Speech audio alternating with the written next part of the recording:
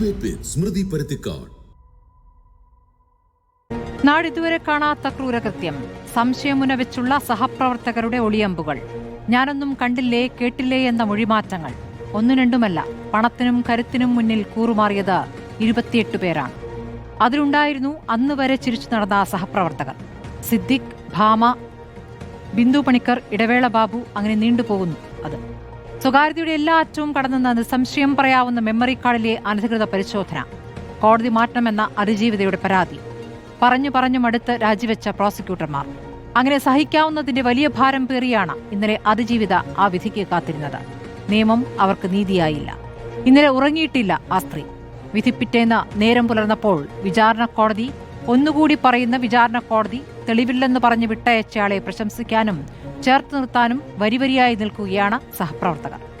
അന്ന് അവളെ കൂടെ ചേർത്ത് നിർത്തിയതിനേക്കാളേറെ പേർ. 8ാം പ്രതിയായിരുന്നയാൾ കോടതിയിൽ നിന്ന് ഇറങ്ങി വന്ന് അടുത്ത ശത്രുവാരെന്ന ഹൂളിഗൻ സംഘത്തിന് സൂചന നൽകിയപ്പോൾ ആ സഹപ്രവർത്തകയെപ്പറ്റി പറയാനുള്ള കരുണയൊന്നും അവർക്കില്ല. സിനിമാ ലോകം അങ്ങനെയാണെന്ന് വയ്ക്കാം. ജനങ്ങളാൽ തിരഞ്ഞെടുത്ത ഒരു ജനപ്രതിനിധി, ഒരു മുന്നണിയുടെ കൺവീനറുമുണ്ട് ആ സംഘത്തിൽ. കഷ്ടം. ഇതാണോ നിങ്ങൾ ഉയർത്തിപ്പിടിക്കുന്ന രാഷ്ട്രീയമെന്നേ ചോദിക്കാനുള്ളൂ. ആർക്കൊപ്പം എന്നതാണ് ചോദ്യം.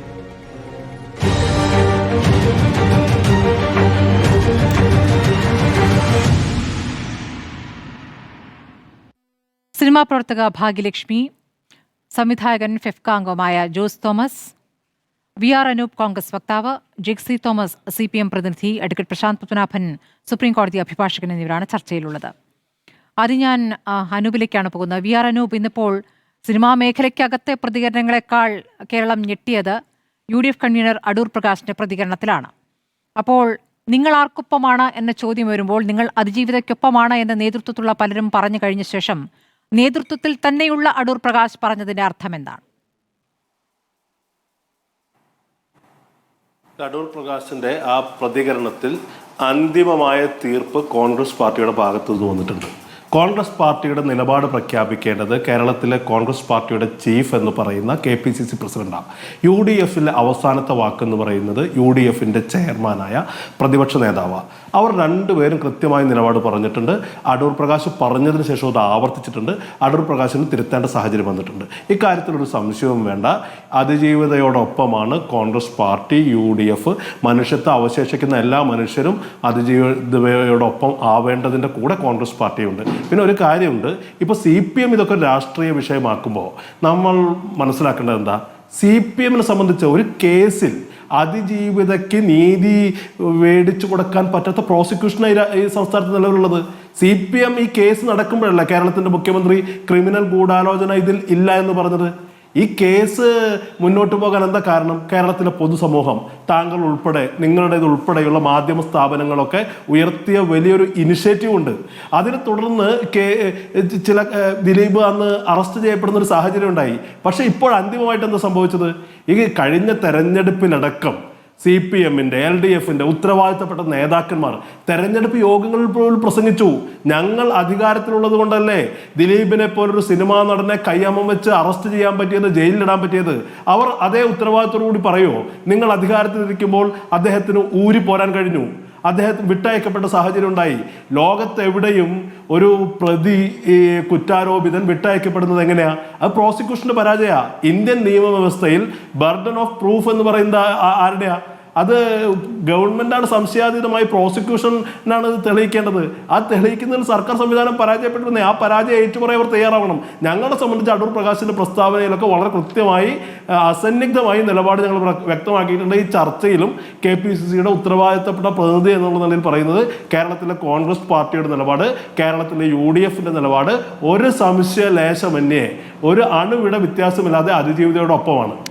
അനൂപ്, ഇപ്പോൾ അങ്ങ് പറഞ്ഞ പ്രോസിക്യൂഷന്റെ വീഴ്ച എന്ന് പറയുമ്പോൾ നിങ്ങളുടെ തന്നെ ഭാഗമായിട്ടുള്ള അഡ്വക്കേറ്റ് ആസഫ് അലി, അദ്ദേഹം വിദഗ്ധനായ ഒരു അഭിഭാഷകൻ കൂടിയാണല്ലോ, അദ്ദേഹം പറഞ്ഞത് തെളിവുകളുടെ കൂമ്പാരമാണ് മുന്നോട്ട് കൊണ്ടുവന്നത്, പ്രോസിക്യൂഷന്റെ വീഴ്ചയായി അതിനെ പറയാൻ പറ്റില്ല എന്നുള്ളതാണ്. അപ്പോൾ ഒരു നിയമവിദഗ്ധൻ കൂടിയായ, നിങ്ങളുടെ ഭാഗം കൂടിയായ ഒരു പ്രതിനിധി ഇന്നലത്തെ ചർച്ചയിൽ നമ്മളോട് പറഞ്ഞിട്ടുള്ളൊരു കാര്യമാണ്, തെളിവുകളുടെ അഭാവമല്ല, ഏതൊക്കെ തെളിവുകൾ പരിഗണിക്കപ്പെട്ടു എന്നുള്ളതാണ് ഏറ്റവും പ്രധാനം. ഇനിയിപ്പോൾ ശിക്ഷ വിധിക്കുമ്പോൾ അതിൻ്റെ മുഴുവൻ വിവരങ്ങളും പുറത്തു വരുമ്പോൾ അറിയാം എന്തൊക്കെ കാര്യങ്ങൾ അവഗണിച്ചിട്ടുണ്ട് എന്ന്. 125ഓളം തെളിവുകൾ അവഗണിച്ചു എന്ന് പ്രോസിക്യൂഷൻ തന്നെ പറയുകയാണ്. അങ്ങനെ ഒരു സാഹചര്യം അവിടെ നിൽക്കുമ്പോൾ ഇത് മുഴുവൻ പ്രോസിക്യൂഷൻ വീഴ്ചയാണെന്ന് പറയാമോ? ഇനി അങ്ങ് പറഞ്ഞൊരു വാദം, തിരഞ്ഞെടുപ്പിൽ നേട്ടമുണ്ടാക്കാൻ ഈ വിഷയം LDF പല ഘട്ടങ്ങളും ഉപയോഗിച്ചിട്ടുണ്ട് എന്ന്. അങ്ങനെയെങ്കിൽ ഇന്ന് തിരഞ്ഞെടുപ്പ് ദിവസമാണല്ലോ അനൂപ്. ഈ തിരഞ്ഞെടുപ്പ് ദിവസം എന്തിനാണ് UDF കൺവീനർ ഇങ്ങനെയൊരു വാദം ഉന്നയിച്ചത്? അത് നിങ്ങളിൽ തന്നെയുള്ള ചിലരെ തോൽപ്പിക്കാനാണോ എന്ന ചോദ്യം ഉയർന്നാൽ അതിന് നിങ്ങൾ മറുപടി പറയണ്ടേ? അത് VD സതീശൻ രാഹുൽ മാങ്കൂട്ടത്തിനെതിരെ എടുത്ത നിലപാട്, അത് പിന്നീട് പാർട്ടിയുടേതായി വന്ന നിലപാട്, രാഹുൽ മാങ്കൂട്ടത്തിനൊപ്പം നിന്നുകൊണ്ടുള്ള അടൂർ പ്രകാശിന്റെ നിലപാട്. അപ്പോൾ അടൂർ പ്രകാശ് ഇന്ന് പത്തനംതിട്ടയിൽ അങ്ങനെ ഒരു പ്രതികരണം നടത്തുമ്പോൾ പത്തനംതിട്ട തിരഞ്ഞെടുപ്പിൽ എന്തെങ്കിലും തരത്തിൽ അത് നിങ്ങൾക്ക് തന്നെ തിരിച്ചടിയാകട്ടെ എന്ന ഉദ്ദേശത്തിലാണോ എന്ന് സംശയിച്ചാൽ അത് കുറ്റം പറയാൻ പറ്റുമോ? അല്ല, നിങ്ങൾക്ക് എങ്ങനെ വേണമെങ്കിലും വ്യാഖ്യാനിക്കാനുള്ള അവകാശമുണ്ട്. കോൺഗ്രസ് പാർട്ടിയുടെ നിലപാട്, UDFിൻ്റെ നിലപാട് അർത്ഥശങ്കയ്ക്ക് ഇടയില്ലാത്ത വിധം ഇവിടെ വ്യക്തമാക്കപ്പെട്ടതാണ്. ഈ ചർച്ചയിൽ ഞാൻ ആവർത്തിക്കുകയാണ്, ഈ കാര്യത്തിൽ എന്നല്ല എല്ലാ കാര്യങ്ങളിലും ഞങ്ങൾ അതിജീവിതകളുടെ ഒപ്പമാണ്. അതിജീവിതകളെ ആക്രമിക്കുന്ന ആണത്ത മനോഭാവത്തിനെതിരാണ്. ഈ കേസ് കഴിഞ്ഞതിന് ശേഷം പോലും ദിലീപ് പറഞ്ഞ ചില വാചകങ്ങൾ, മഞ്ജു വാര്യരെ അടക്കം പ്രതിസ്ഥാനത്ത് നിർത്തിക്കൊണ്ടുള്ള അത്തരം രീതികളോട് ഞങ്ങൾക്ക് ഒരു രാഷ്ട്രീയ പാർട്ടി എന്നുള്ള രീതിയിൽ, ഒരു മുന്നണി എന്ന രീതിയിലൊന്നും ഞങ്ങൾക്ക് യോജിക്കാൻ കഴിയില്ല. ഞങ്ങളുടെ നിലപാട് വ്യക്തമാണ്. താങ്കൾ ചോദിച്ച ഒരു കാര്യത്തിലേക്ക് കൂടി വരാം. ഇത് പ്രോസിക്യൂഷന്റെ പരാജയമാണോ എന്ന് ചോദിച്ചാൽ, ഇത് ഈ കേസിൽ ദിലീപിന്റെ അറസ്റ്റ് ചെയ്തത് ഞങ്ങളുടെ ഭരണ നേട്ടമായി ഉയർത്തിക്കാട്ടിയവർക്ക് ദിലീപ് വിട്ടയക്കപ്പെട്ട സാഹചര്യത്തിലും ഉത്തരവാദിത്തം ഏൽക്കേണ്ടതില്ലേ? ആ ഒരു സാമാന്യ യുക്തി, ആ ഒരു ലോജിക് മാത്രമാണ് ഞാൻ ഉയർത്തിയത്. ദിലീപിനെ അറസ്റ്റ് ചെയ്തത് അങ്ങനെയാണെങ്കിൽ അത് പോലീസ് ഏത് കേസിലും അറസ്റ്റ് ചെയ്യുന്ന ഒരു നടപടിക്രമമാണെന്ന് അവകാശപ്പെടണ്ടേ? ഇത് ദിലീപിനെ അറസ്റ്റ് ചെയ്തത് ഞങ്ങൾ ഭരിക്കുന്നത് കൊണ്ടാണ്, പിണറായി വിജയൻ മുഖ്യമന്ത്രി ആയതുകൊണ്ടാണ്, ഞങ്ങൾ സ്ത്രീകളുടെ സംരക്ഷകരാണ്, ഞങ്ങളുള്ളത് കൊണ്ടാണ് സാധ്യമാക്കിയത് എന്ന് പറയുന്നവർക്ക് ദിലീപ് വിട്ടയക്കപ്പെടുമ്പോഴും അതിന്റെ ഉത്തരവാദിത്തം ഏൽക്കേണ്ടതില്ലേ എന്നുള്ള ഏറ്റവും പ്രാഥമികമായ ഒരു ചോദ്യമാണ്. അതൊരു രാഷ്ട്രീയ ചോദ്യമാണ്. ജേക്ക് അതിന് മറുപടി പറഞ്ഞു തുടങ്ങാം. ജേക്ക്,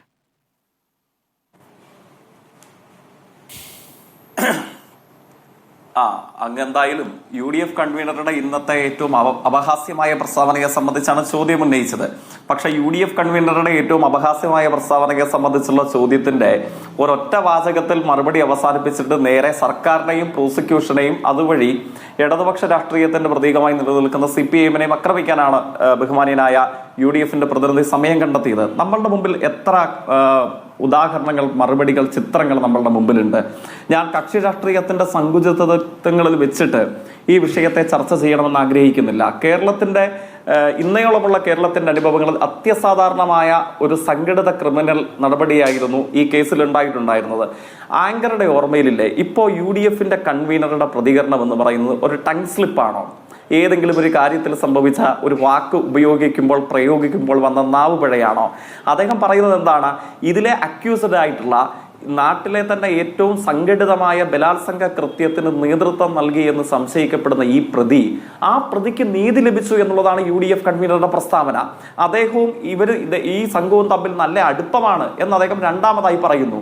അപ്പോൾ ഇതിലെ സർവൈവർക്ക് നീതി ഉറപ്പാക്കാൻ മുഖ്യമന്ത്രിയുടെ നേതൃത്വത്തിൽ തന്നെ സർക്കാർ ചർച്ച ചെയ്ത് തീരുമാനമെടുത്ത് അപ്പീലിന് പോകുമെന്നുള്ള തിരികെയുള്ള പ്രതികരണത്തോട് UDF കൺവീനറുടെ ആറ്റിങ്ങൽ MP-യുടെ പ്രതികരണം എന്താണ്?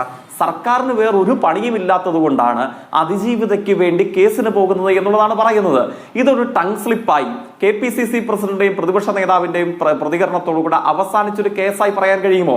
ബൈബിളിലെ സുന്ദരവും പ്രസക്തവുമായ ഒരു വാചകമുണ്ട്, മനസ്സ് നിറഞ്ഞിട്ടാണ് വാക്കുകൾ ഉണ്ടാകുന്നത് എന്നുള്ളത്.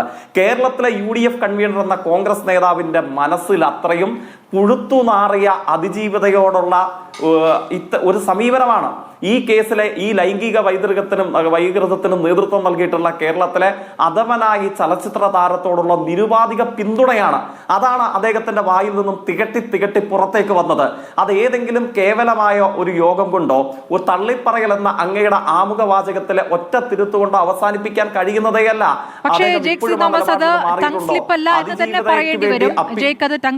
കാരണം അത് ദിലീപുമായിട്ടുള്ള അദ്ദേഹത്തിന്റെ ദീർഘകാലത്തെ ബന്ധത്തെക്കുറിച്ചും സൗഹൃദത്തെക്കുറിച്ചും ഒക്കെ പറഞ്ഞു തന്നെയാണ് അത് പറയുന്നത്. മാത്രമല്ല ദിലീപിനെ ഇരയാക്കിയിട്ടാണ് അവതരിപ്പിക്കുന്നത്. മാത്രമല്ല ഈ പറയുന്നത് അപ്പീൽ പോവുകയാണെങ്കിൽ, സർക്കാർ അപ്പീൽ പോവുകയാണെങ്കിൽ അത് ദിലീപിനെ ഉപദ്രവിക്കലാണ് എന്ന വാചകം കൂടി ആദ്യത്തെ പ്രതികരണത്തിൽ പറയുന്നുണ്ട്. രണ്ടാമത്തെ പ്രതികരണത്തിലേക്ക് അത് തിരിച്ചു മാറ്റുന്നുണ്ട്. തിരിച്ചു മാറ്റുമ്പോൾ അത് പറയുന്നുണ്ട്, ഞങ്ങൾ വിധി പറയുമ്പോൾ കോടതിയെ തള്ളി പറയാനാവില്ല എന്ന് ആവർത്തിച്ച ശേഷം പിന്നെ പറയുന്നു അതിജീവിതയ്ക്കൊപ്പമാണ് എന്നുള്ളത്. പക്ഷേ ഇതിലൊരു കാര്യമുണ്ട്, ഇത് പാർട്ടിയുടെ നിലപാടാണ്, മുന്നണിയുടെ നിലപാടാണെന്ന് പറയാൻ പറ്റില്ല ജയ്ക്ക്. കാരണം ഈ ആദ്യത്തെ പ്രസ്താവനയ്ക്ക് തൊട്ടു പിന്നാലെ ദീപാദാസ് മുൻഷി അടക്കമുള്ളവർ ഇടപെടുകയും യോഗം ചേർന്ന് തിരുത്തൽ നടത്തണമെന്നാവശ്യപ്പെടുകയും ചെയ്തു എന്നുള്ളതാണ്. തൊട്ടു പിന്നാലെ തിരുത്തൽ വരുത്തേണ്ടി വന്നു എന്നുള്ളതാണ്. ഒരു മുന്നണിയിൽ, ഒരു പാർട്ടിയിൽ വിവിധ സ്വരങ്ങൾ വരുന്നത് കോൺഗ്രസിൽ അത് ഇടയ്ക്കിടയ്ക്ക് സംഭവിക്കുന്നുണ്ട്. ഇപ്പോൾ ഇടതുപക്ഷത്തെ സംബന്ധിച്ചും അവിടെ ഒരു MLA മുകേഷിന്റെ ഭാഗത്തുനിന്നും അത്തരം ഒരു പ്രതികരണം വന്നിട്ടില്ലേ? ഇന്ന് മുകേഷിന്റെ പ്രതികരണം അങ്ങ് കണ്ടിരുന്നു.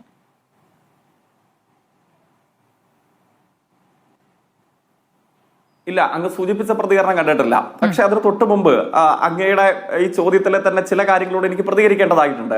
അതെന്താണ്? അങ്ങ് സൂചിപ്പിക്കുന്നു ഇതൊരു ടങ് സ്ലിപ്പ് അല്ല എന്ന് നമുക്ക് മനസ്സിലാക്കാൻ കഴിയും. ഈ ഗാഠബന്ധത്തിന്റെ ഭാഗമായിട്ടുള്ള അദ്ദേഹത്തിന്റെ നിലപാടാണ്, അത്ര തള്ളി പറഞ്ഞാലും ഇല്ലെങ്കിലും. ഞാൻ സൂചിപ്പിക്കട്ടെ, അങ്ങ് അതിനുശേഷം പറയുന്നത് എന്താണ്?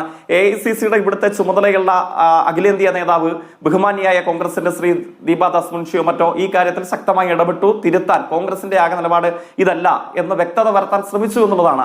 അങ്ങ് പരിശോധിച്ച് നോക്ക്. സത്യസന്ധമായും കേരളത്തിന്റെ പൊതുസമൂഹം രാഷ്ട്രീയ സങ്കുചിതത്വങ്ങൾക്കും അല്ലെങ്കിൽ മറ്റു വ്യത്യാസങ്ങൾക്കും അതീതമായി കേരളത്തിൽ അന്തസ്സോടുകൂടെ പ്രതികരിക്കണമെന്ന് ആഗ്രഹിക്കുന്ന മനുഷ്യ സമൂഹം ഒന്നടങ്കം നാം എല്ലാവരും ഈ അതിജീവിതയോടൊപ്പം ഒടുവിൽ വരെ നിലനിൽക്കും, നിലപാട് സ്വീകരിക്കുമെന്നുള്ളത് സുചിന്തിതമായി നമ്മൾ പറഞ്ഞിട്ടുണ്ട്. ആ പൊതുസമൂഹത്തിന്റെ സമ്മർദ്ദത്തെ തുടർന്നല്ലേ ഈ പറയുന്ന ഈ തൊലിപ്പുറത്തെങ്കിലും ഞങ്ങൾ ഈ ഒരു നിലപാട് സ്വീകരിച്ചിട്ടില്ല, ഞങ്ങൾക്ക് വ്യത്യസ്തമായ ഒരു സമീപനമാണ് UDF കൺവീനറിൽ നിന്നും ഉള്ളത് എന്ന് കോൺഗ്രസ് അവകാശപ്പെടാൻ കാരണം എത്രയോ ഇൻസ്റ്റൻസസ് നമ്മുടെ മുമ്പിലുണ്ട്. ഈ വിധി പ്രസ്താവം വരുന്നതിന് എത്രയോ നാളുകൾക്ക് മുമ്പാണ്. അങ്ങ് ഓർമ്മിക്കുന്നില്ലേ? എന്റെ ഓർമ്മ ശരിയെങ്കിൽ ആലുവ നഗരസഭയുടെ രജത ജൂബിലി ആഘോഷം, ആ ജൂബിലി ആഘോഷത്തിന്റെ മുഖ്യ അതിഥിയായി റെഡ് കാർപ്പറ്റ് വിരിച്ച് ആലുവ നഗരസഭയുടെ കോൺഗ്രസ് നേതൃത്വം ഒന്നടങ്കം അങ്ങോട്ടേക്ക് നിലവിളക്ക് കൊളുത്താൻ ആനയിച്ചു കൊണ്ടിരുത്തിയ ആൾ ആരായിരുന്നു? കോൺഗ്രസ് പ്രതിനിധി മറുപടി പറയണ്ടേ? മലയാളത്തിന് മുമ്പിൽ ചിത്രങ്ങളില്ലേ? നമ്മളുടെ മുമ്പിൽ ആ ദൃശ്യങ്ങളില്ലേ? കേരളത്തിലെ അന്തസ്സുള്ള കോൺഗ്രസുകാരടക്കം അപമാന ഭാരത്താൽ ശിരസ് കുനിച്ച ദിവസമായിരുന്നില്ലേ? ഈ കേസിൽ, ഈ ബലാത്സംഗ കൃത്യത്തിന് നേതൃത്വം നൽകിയ കേസിലെ പ്രതിയെ റെഡ് കാർപ്പറ്റ് വിരിച്ച് കോൺഗ്രസ് ദീർഘകാലമായി ഭരിക്കുന്ന നഗരസഭയുടെ ജൂബിലി ആഘോഷത്തിനായി ചുവപ്പ് പരപതാനി വിരിച്ച് സ്വീകരണം നൽകി കേരളത്തിലെ എറണാകുളത്തെ കോൺഗ്രസ് എന്ന് പറയുന്നത്. ഈ സംഘത്തലവന്റെ കൂടെ ഉണ്ടായിരുന്ന സഹനടന്മാർക്ക്, അദ്ദേഹത്തെ നിരുപാധിക പിന്തുണ കൊടുക്കുന്നവർക്ക് 2021 നിയമസഭയിൽ സീറ്റ് കൊടുത്തു, മത്സരിപ്പിച്ചു. അങ്ങ് ഓർക്കുന്നില്ലേ? ഈ കേസിലെ പ്രതിയായി ചലച്ചിത്ര നടൻ ജയിലിൽ കിടന്ന സമയത്ത് യാതൊരു ഉളുപ്പുമില്ലാതെ ജയിലിന്റെ പുറത്തു വന്ന് കണ്ണീരണിഞ്ഞ് അതിജീവിതയെ അപമാനിക്കാനും ഈ ബലാത്സംഗ കൃത്യത്തിന് നേതൃത്വം നൽകി എന്ന ആരോപണം നേരിടുന്ന ഈ നടനു വേണ്ടി ന്യായീകരണം ഒരുക്കുകയും ചെയ്ത 1-2 ആളുകൾക്ക് കേരളത്തിലെ കോൺഗ്രസ് വിവിധയിടങ്ങളിൽ സീറ്റ് നൽകി മത്സരിപ്പിച്ചു.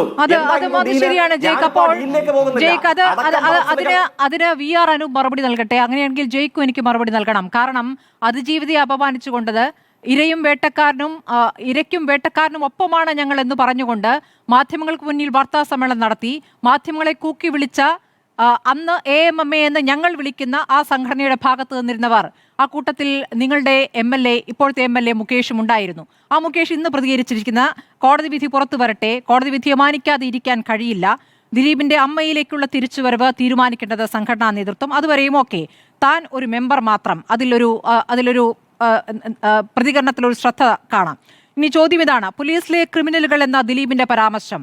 അപ്പോൾ അദ്ദേഹം പറയുകയാണ്, അതാണല്ലോ ഇപ്പോൾ കണ്ടുവരുന്നത്, നോക്കാം. എന്താണ് അതിന്റെ അർത്ഥം? പോലീസിൽ ക്രിമിനലുകളുണ്ട് എന്നാണോ? വിധിയിൽ സന്തോഷമുണ്ടോ? ചിരിച്ചാൽ ബാ ബാ ബാ എന്ന് ചില മുതലാളിമാർ പറയും. അതായത് ദിലീപിനെ വരാനിരിക്കുന്ന സിനിമയാണോ അതോ മാധ്യമങ്ങളെ പരിഹസിക്കുകയാണോ? വ്യക്തമാകുന്നില്ല. ഒരു നിരപരാധി പോലും ശിക്ഷിക്കപ്പെടരുത്. അദ്ദേഹത്തിന്റെ വാചകത്തിലെ നിരപരാധി ആരാണ്? അപ്പോൾ ഇതൊക്കെ പറയുന്ന ആൾ ഇപ്പോൾ നിങ്ങളുടെ MLA ആണ്, ജേക്സ് സി തോമസ്. അപ്പോൾ ഒരു മുന്നണിയിൽ, ഒരു പാർട്ടിയിൽ ഇങ്ങനെ വിവിധ ശബ്ദങ്ങൾ ഈ രൂപത്തിൽ ഇരകളെ തഴഞ്ഞുകൊണ്ട് വേട്ടക്കാർക്കൊപ്പം നിൽക്കുന്നവരുണ്ടാവും. അങ്ങനെയുള്ളവരുണ്ട് എന്നുള്ളതിന്റെ ഒരു ഉദാഹരണം അവിടെയുമുണ്ട്, ഇവിടെയുമുണ്ട്.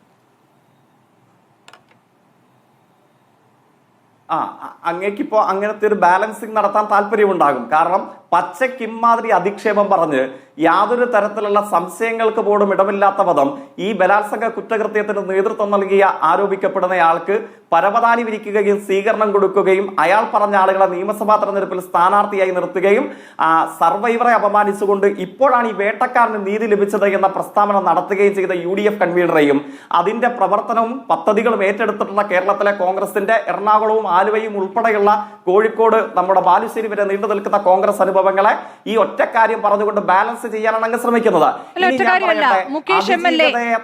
പറഞ്ഞുകൊണ്ട് ഇതിലെ ഞാൻ അതിലേക്കാണ് വരുന്നത്.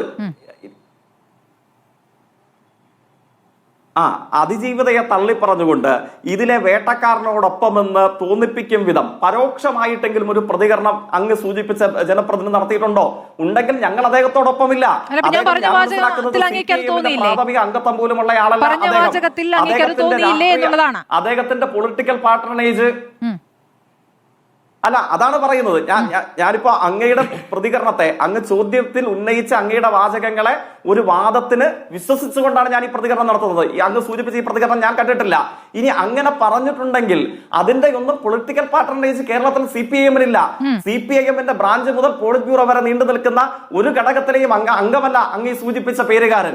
അതുകൊണ്ട് അദ്ദേഹം എന്തെങ്കിലും പറഞ്ഞിട്ടുണ്ടെങ്കിൽ അതിൽ സംശയാസ്പദമായി അതിജീവിതയെ തള്ളി പറയുന്നതോ വേട്ടക്കാരനെ ന്യായീകരിക്കുന്നതോ ആയ കാര്യമുണ്ടെങ്കിൽ ആ കാര്യത്തെ ഞങ്ങൾ പിന്തുണയ്ക്കുന്നില്ല. അദ്ദേഹം എന്താണ് പറഞ്ഞത് എന്നതിന്റെ പൂർണ്ണ ഉത്തരവാദിത്വം അദ്ദേഹത്തിന് മാത്രമാണ്. അദ്ദേഹം ഞങ്ങളുടെ പാർട്ടിയുടെ ഒരു ഘടകത്തിലും പ്രവർത്തിക്കുന്ന ഒരു സാധാരണ അംഗം പോലുമല്ല. അത് അദ്ദേഹമാണ് അത്തരം കാര്യങ്ങൾ വിശദീകരിക്കേണ്ടത്. പക്ഷേ എനിക്ക് വീണ്ടും അക്കാര്യത്തിൽ പ്രതിഷേധമുള്ളത്, അല്ലെങ്കിൽ തെറ്റായ ഒരു സമീകരണം നടത്താൻ അങ്ങ് ശ്രമിക്കുന്നു. രണ്ട് ഭാഗത്തുമുള്ള പ്രതികരണങ്ങൾ പറയേണ്ടി വരും. അത് ഇപ്പുറത്ത് നിൽക്കുന്ന UDF കൺവീനറാണ് എന്നുള്ളതിൽ കോൺഗ്രസിന് കുറച്ചുകൂടി ഉത്തരവാദിത്തമുണ്ട് എന്നുള്ള കാര്യം ഞാൻ സമ്മതിക്കുന്നു. പക്ഷേ അപ്പുറത്ത് ഉള്ള ആൾക്കും ഉത്തരവാദിത്തമുണ്ട്. അദ്ദേഹവുമായി ബന്ധപ്പെട്ട് നേരത്തെ ഉണ്ടായ കാര്യം ഞാൻ പറഞ്ഞല്ലോ, അതിജീവിതക്കെതിരെ അവിടെ കൂക്കി വിളിച്ച ഒരു കൂട്ടത്തിലുണ്ടായിരുന്നു എന്നുള്ളത്. ആ നിലപാടിലൊന്നും ഒരു മാറ്റവുമില്ല. പിന്നീട് അദ്ദേഹം നിങ്ങളുടെ MLA ആയി എന്നുള്ളതാണ്.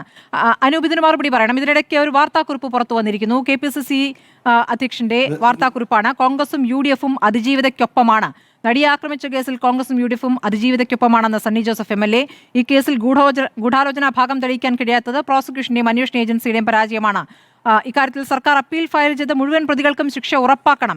അതായത് അനൂപ്, ഇപ്പോൾ ഈ വാർത്താക്കുറിപ്പിൽ അപ്പീൽ ഫയൽ ചെയ്ത മുഴുവൻ പ്രതികൾക്കും ശിക്ഷ ഉറപ്പാക്കണമെന്ന് പറയുമ്പോൾ അപ്പീൽ കൊടുത്ത് ഉപദ്രവിക്കരുത് എന്നാണ് UDF കൺവീനർ പറഞ്ഞത് കേട്ടോ.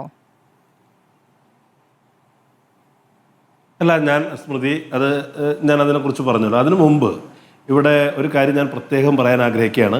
ഈ വിധി വന്നതിന് ശേഷം ആദ്യ പ്രതികരണങ്ങളിലൊന്ന് KPCC പ്രസിഡന്റിനെയാണ്.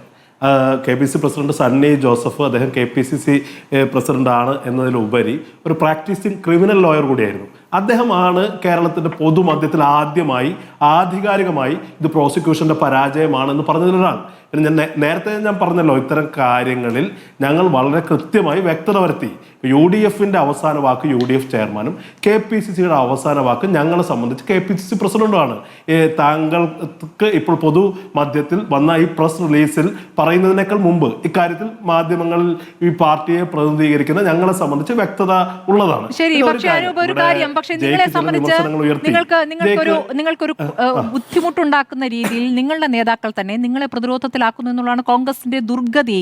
VR അനൂപ്, അത് ഇടയ്ക്കിടയ്ക്ക് സംഭവിക്കുന്നുണ്ട്. നിർണായകമായ ദിവസങ്ങളിൽ, നിർണായകമായ സമയങ്ങളിൽ. തെരഞ്ഞെടുപ്പ് ദിവസമാണ്. ഈ തെരഞ്ഞെടുപ്പ് ദിവസം UDF കൺവീനർ എന്ന ഉത്തരവാദിത്തത്തിലാണോ അദ്ദേഹം ഈ പ്രതികരണം നടത്തിയത്? എന്നിട്ട് ആ തിരുത്തിയത് പോലും എത്ര ബുദ്ധിമുട്ടിയിട്ടാണ്. ആ തിരുത്തിയ പ്രതികരണം നിങ്ങൾക്ക് സ്വീകാര്യമാണോ? അല്ല, ഇവിടെ ഞങ്ങൾ കൃത്യമായി ഞങ്ങളുടെ നിലപാട് പറഞ്ഞതിന് ശേഷം അത് അപ്രസക്തമാണെന്നേ. ഇവിടെ ജയിക്ക് എന്താ പറയുന്നത്? മുകേഷ് ഒരു ഘടകത്തിലുമില്ല. അരിവാൾ ചുറ്റിക നക്ഷത്ര ചിഹ്നത്തിൽ മത്സരിച്ച ഒരാൾ ഇപ്പോഴും CPIM-ന്റെ പാർലമെന്ററി പാർട്ടിയുടെ ഘടകത്തിലുള്ള ഒരാളാണ്. പാർലമെന്ററി പാർട്ടി അംഗമാണ് അദ്ദേഹം. പിന്നെ ഇവിടെ മുകേഷ് മാത്രമല്ല കേട്ടോ, ഈ പറയുന്ന രഞ്ജിത്ത് ഉണ്ടല്ലോ, ചലച്ചിത്ര അക്കാദമിയുടെ ചെയർമാനായ ഇവർ നിയോഗിച്ച രഞ്ജിത്ത്, കോഴിക്കോട് സീറ്റിലേക്ക് ഇവർ ആലോചിച്ചിരുന്ന രഞ്ജിത്ത്, കോഴിക്കോട് ജില്ലയിൽ നിർത്താൻ ആലോചിച്ചിരുന്ന രഞ്ജിത്ത് ഈ പറയുന്ന ദിലീപിനെ ജയിലിൽ കണ്ടിട്ടുള്ള ആളാണ്. അപ്പൊ ഏത് ഭാഗത്തായാലും അത്തരം പരിശ്രമങ്ങൾ നമ്മൾ തള്ളണമെന്നേ. ഞങ്ങളെ സംബന്ധിച്ച് ഞങ്ങൾക്കൊക്കെ വളരെ അഭിമാനമുണ്ട്. ഞങ്ങളുടെ നേതാവായിരുന്ന PT തോമസ് ആണ് ആദ്യ മണിക്കൂറുകളിൽ ഇത്തരമൊരു പൊതു സമ്മതിയിലേക്ക് അതിജീവിതയ്ക്കൊപ്പം നിൽക്കേണ്ടത് ഉണ്ട് എന്നുള്ള ഒരു പൊതുസമ്മതി, പൊതു അഭിപ്രായം രൂപപ്പെടുത്തിയത്. അന്ന് ഈ വക പ്രസ്താവനകളൊന്നുമല്ല. അന്ന് കേരളത്തിന്റെ മുഖ്യമന്ത്രി പറഞ്ഞത് എന്താണെന്നറിയോ? ജയിക്കത് വിശദീകരിക്കണം. നേരത്തെയും ഞാൻ പറഞ്ഞു, ഈ പ്രശ്നം വളരെ സങ്കീർണമായി നിൽക്കുന്ന ഘട്ടത്തിൽ ആഭ്യന്തര വകുപ്പ് മന്ത്രി കൂടിയായ കേരളത്തിന്റെ മുഖ്യമന്ത്രി പറഞ്ഞത് ക്രിമിനൽ ഗൂഢാലോചനയൊന്നും ഇല്ല എന്നാ. ഈ പറയുന്ന ആളെ രക്ഷപ്പെടുത്താനുള്ള ചില പരിശ്രമങ്ങളും നടന്നു, പക്ഷെ രക്ഷപ്പെടുത്താൻ കഴിയാത്ത ചില സാഹചര്യങ്ങളുണ്ടായി. അതിൽ ഈ പി ടി തോമസിന്റെ ഒരു ഇനിഷ്യേറ്റീവ് ഉണ്ട്, നിങ്ങളുടേത് ഉൾപ്പെടെയുള്ള മാധ്യമങ്ങളുടെ വലിയ ഇടപെടലുകളുണ്ട്. അങ്ങനെ പൊതുസമൂഹത്തിന്റെ സമ്മർദ്ദത്തെ തുടർന്ന് സർക്കാർ ചില കാര്യങ്ങൾ ചെയ്യാൻ നിർബന്ധിതമായതാ. അതെന്താണ് ഇവർ പറയാത്തത്? ആ കാര്യത്തെയാണ് ഞങ്ങളുള്ളത് കൊണ്ടല്ലേ ഇത് ഇങ്ങനെ സംഭവിച്ചതെന്ന് പറയുന്നത്. ഇവിടെ ഈ അതിജീവിത തന്നെ എത്രയോ വട്ടം പി ടി തോമസിനോടുള്ള കടപ്പാട് വ്യക്തമാക്കിയിട്ടുണ്ട്. ഞാനൊരു കാര്യം കൂടി വ്യക്തമായിട്ട് പറയാം. ഞാനിപ്പോൾ തൃശ്ശൂർ സ്റ്റുഡിയോയിൽ നിന്ന് സംസാരിക്കുന്നത് അതിജീവിതക്കെതിരെ ആദ്യം സാഹിത്യ അക്കാദമിയിൽ സംഘടിപ്പിക്കപ്പെട്ട ഒരു ഫെമിനിസ്റ്റ് കളക്റ്റീവിന്റെ അടക്കം അത്തരം പരിപാടിയിൽ പങ്കെടുത്ത് സംസാരിച്ചിട്ടുള്ള ആളാണെന്ന് അഭിമാനത്തോടെ ഇവിടെ വെച്ചിട്ട് പറയും. ഇവിടെ ഈ പറയുന്ന ആളുകൾ ഇവര് ജയ്ക്ക് വിശദീകരിക്കണം. മുഖ്യമന്ത്രി ഇങ്ങനെ ഒരു പ്രസ്താവന നടത്തിയിട്ടുണ്ടോ? ആ പ്രസ്താവനയെ തള്ളി പറയാൻ ജയ്ക്ക് മറ്റ് കാര്യങ്ങളൊക്കെ വിടൂ. UDF കൺവീനറേക്കാൾ വലിയ പോസ്റ്റാണല്ലോ കേരളത്തിന്റെ മുഖ്യമന്ത്രിയുടെ. അദ്ദേഹം ഭരണപരമായ നേതൃസ്ഥാനത്തിരിക്കുന്ന വ്യക്തിയാണല്ലോ. ഈ സമയത്ത് അന്ന് മുഖ്യമന്ത്രി നടത്തിയ പ്രസ്താവന എന്തിന്റെ അടിസ്ഥാനത്തിലാണെന്ന് ഈ ചർച്ചയിൽ ജയ്ക്ക് വിശദീകരിക്കുന്നേ. എന്നിട്ട് നിങ്ങൾ UDF കൺവീനറെ കുറിച്ച് പറയൂ, ഞങ്ങൾ അംഗീകരിക്കാം. ശരി, അത് ജയ്ക്ക് പറയും. അതല്ലാതെ ഇതിന്റെ നിയമവശങ്ങളും അതോടൊപ്പം തന്നെ ഫെഫ്കയുടെ തീരുമാനം, പെട്ടെന്നുള്ള തീരുമാനത്തിൽ പ്രതിഷേധിച്ച് ഫെഫ്കയിൽ നിന്ന് തന്നെ ഒരു ഇറങ്ങിപ്പോക്കുണ്ടായിട്ടുണ്ട് ഭാഗ്യലക്ഷ്മി നടത്തിയ വാർത്താ സമ്മേളനത്തിന്റെ വിശദാംശങ്ങൾ നമ്മൾ കണ്ടതാണ്. അതിനോടുകൂടി പ്രതികരിക്കാൻ ഇപ്പോൾ ഫെഫ്ക അംഗം കൂടിയായ ശ്രീ ജോസ് തോമസ് നമ്മോടൊപ്പമുണ്ട്.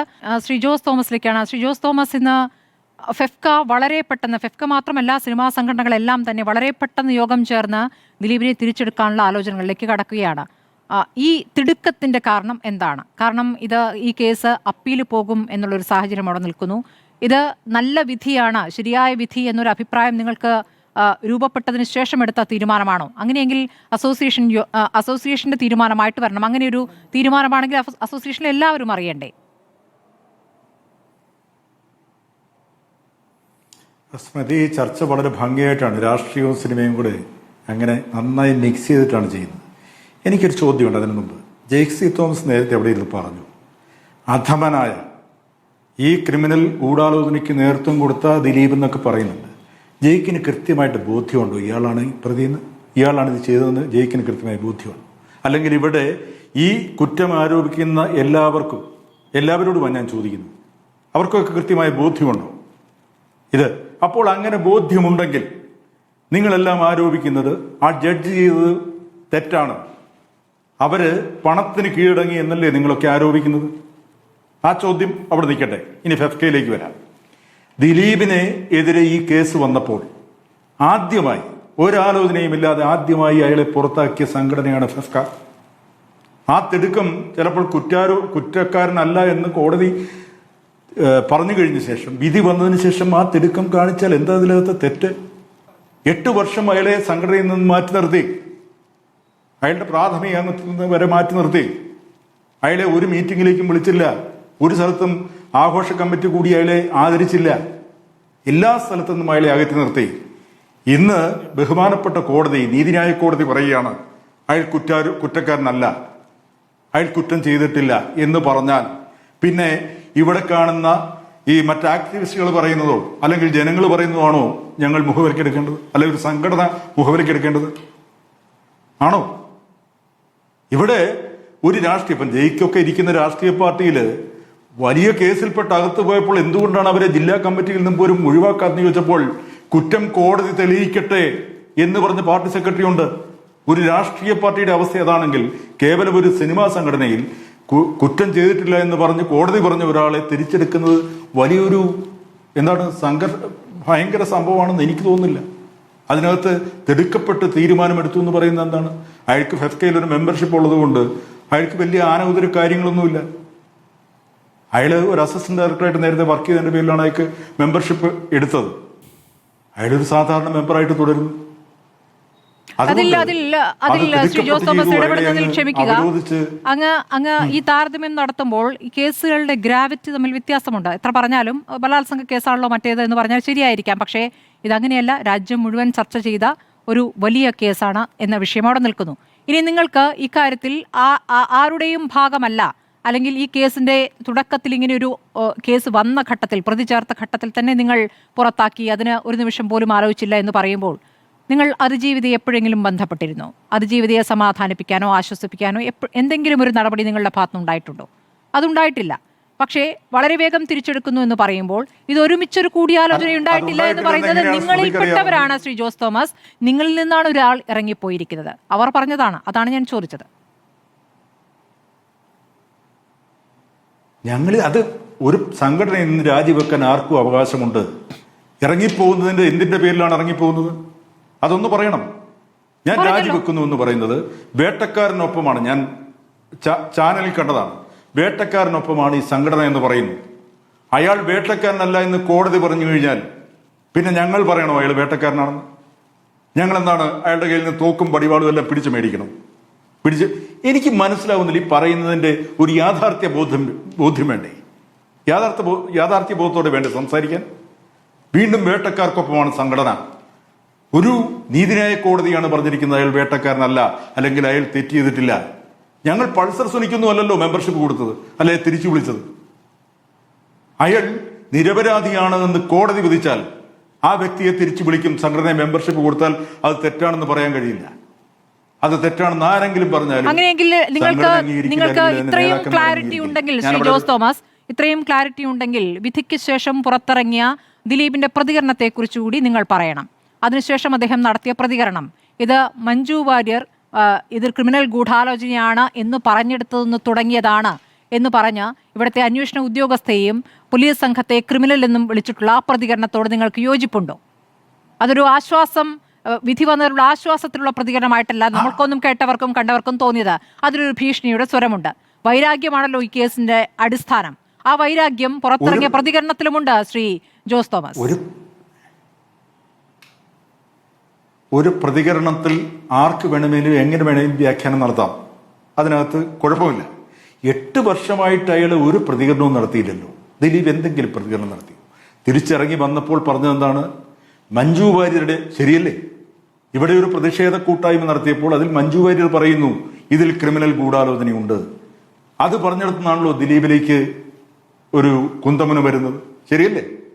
അപ്പോൾ അയാൾ ആ കാര്യം പറഞ്ഞതിൽ എന്താണ് തെറ്റ്? രണ്ടാമത്, ഒരു പോലീസ് ഉദ്യോഗസ്ഥർ അല്ലെങ്കിൽ ക്രിമിനൽ പോലീസുകാർ ചേർന്ന് എന്നെ കുടുക്കി എന്ന് പറയുമ്പോൾ സെൻകുമാർ എന്ന് പറഞ്ഞ DGP പറഞ്ഞത് എന്താ?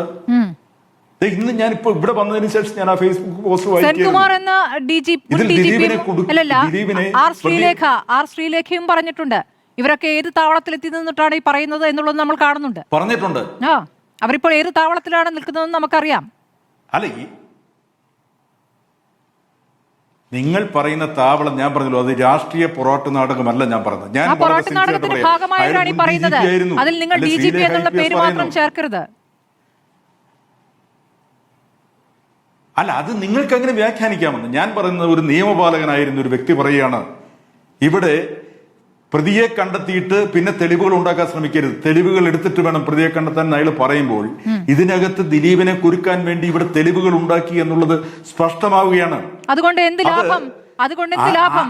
ദിലീപ് പറയുന്ന വാദമാണെങ്കിൽ ഹിന്ദുവിന് നൽകിയ അഭിമുഖം, വളരെ പെട്ടെന്ന് തന്നെ അഭിമുഖമൊക്കെ വന്നിട്ടുണ്ട്. ആ അഭിമുഖത്തിൽ പറയുന്നത് ഇവിടെ അതുവഴി ഉണ്ടാകുന്ന പ്രശസ്തി, ഈ പ്രശസ്തി കിട്ടിയിട്ട് വേണമല്ലോ ഇവിടുത്തെ പോലീസ് ഉദ്യോഗസ്ഥർക്ക് മുന്നോട്ട് പോകാൻ, അല്ലേ?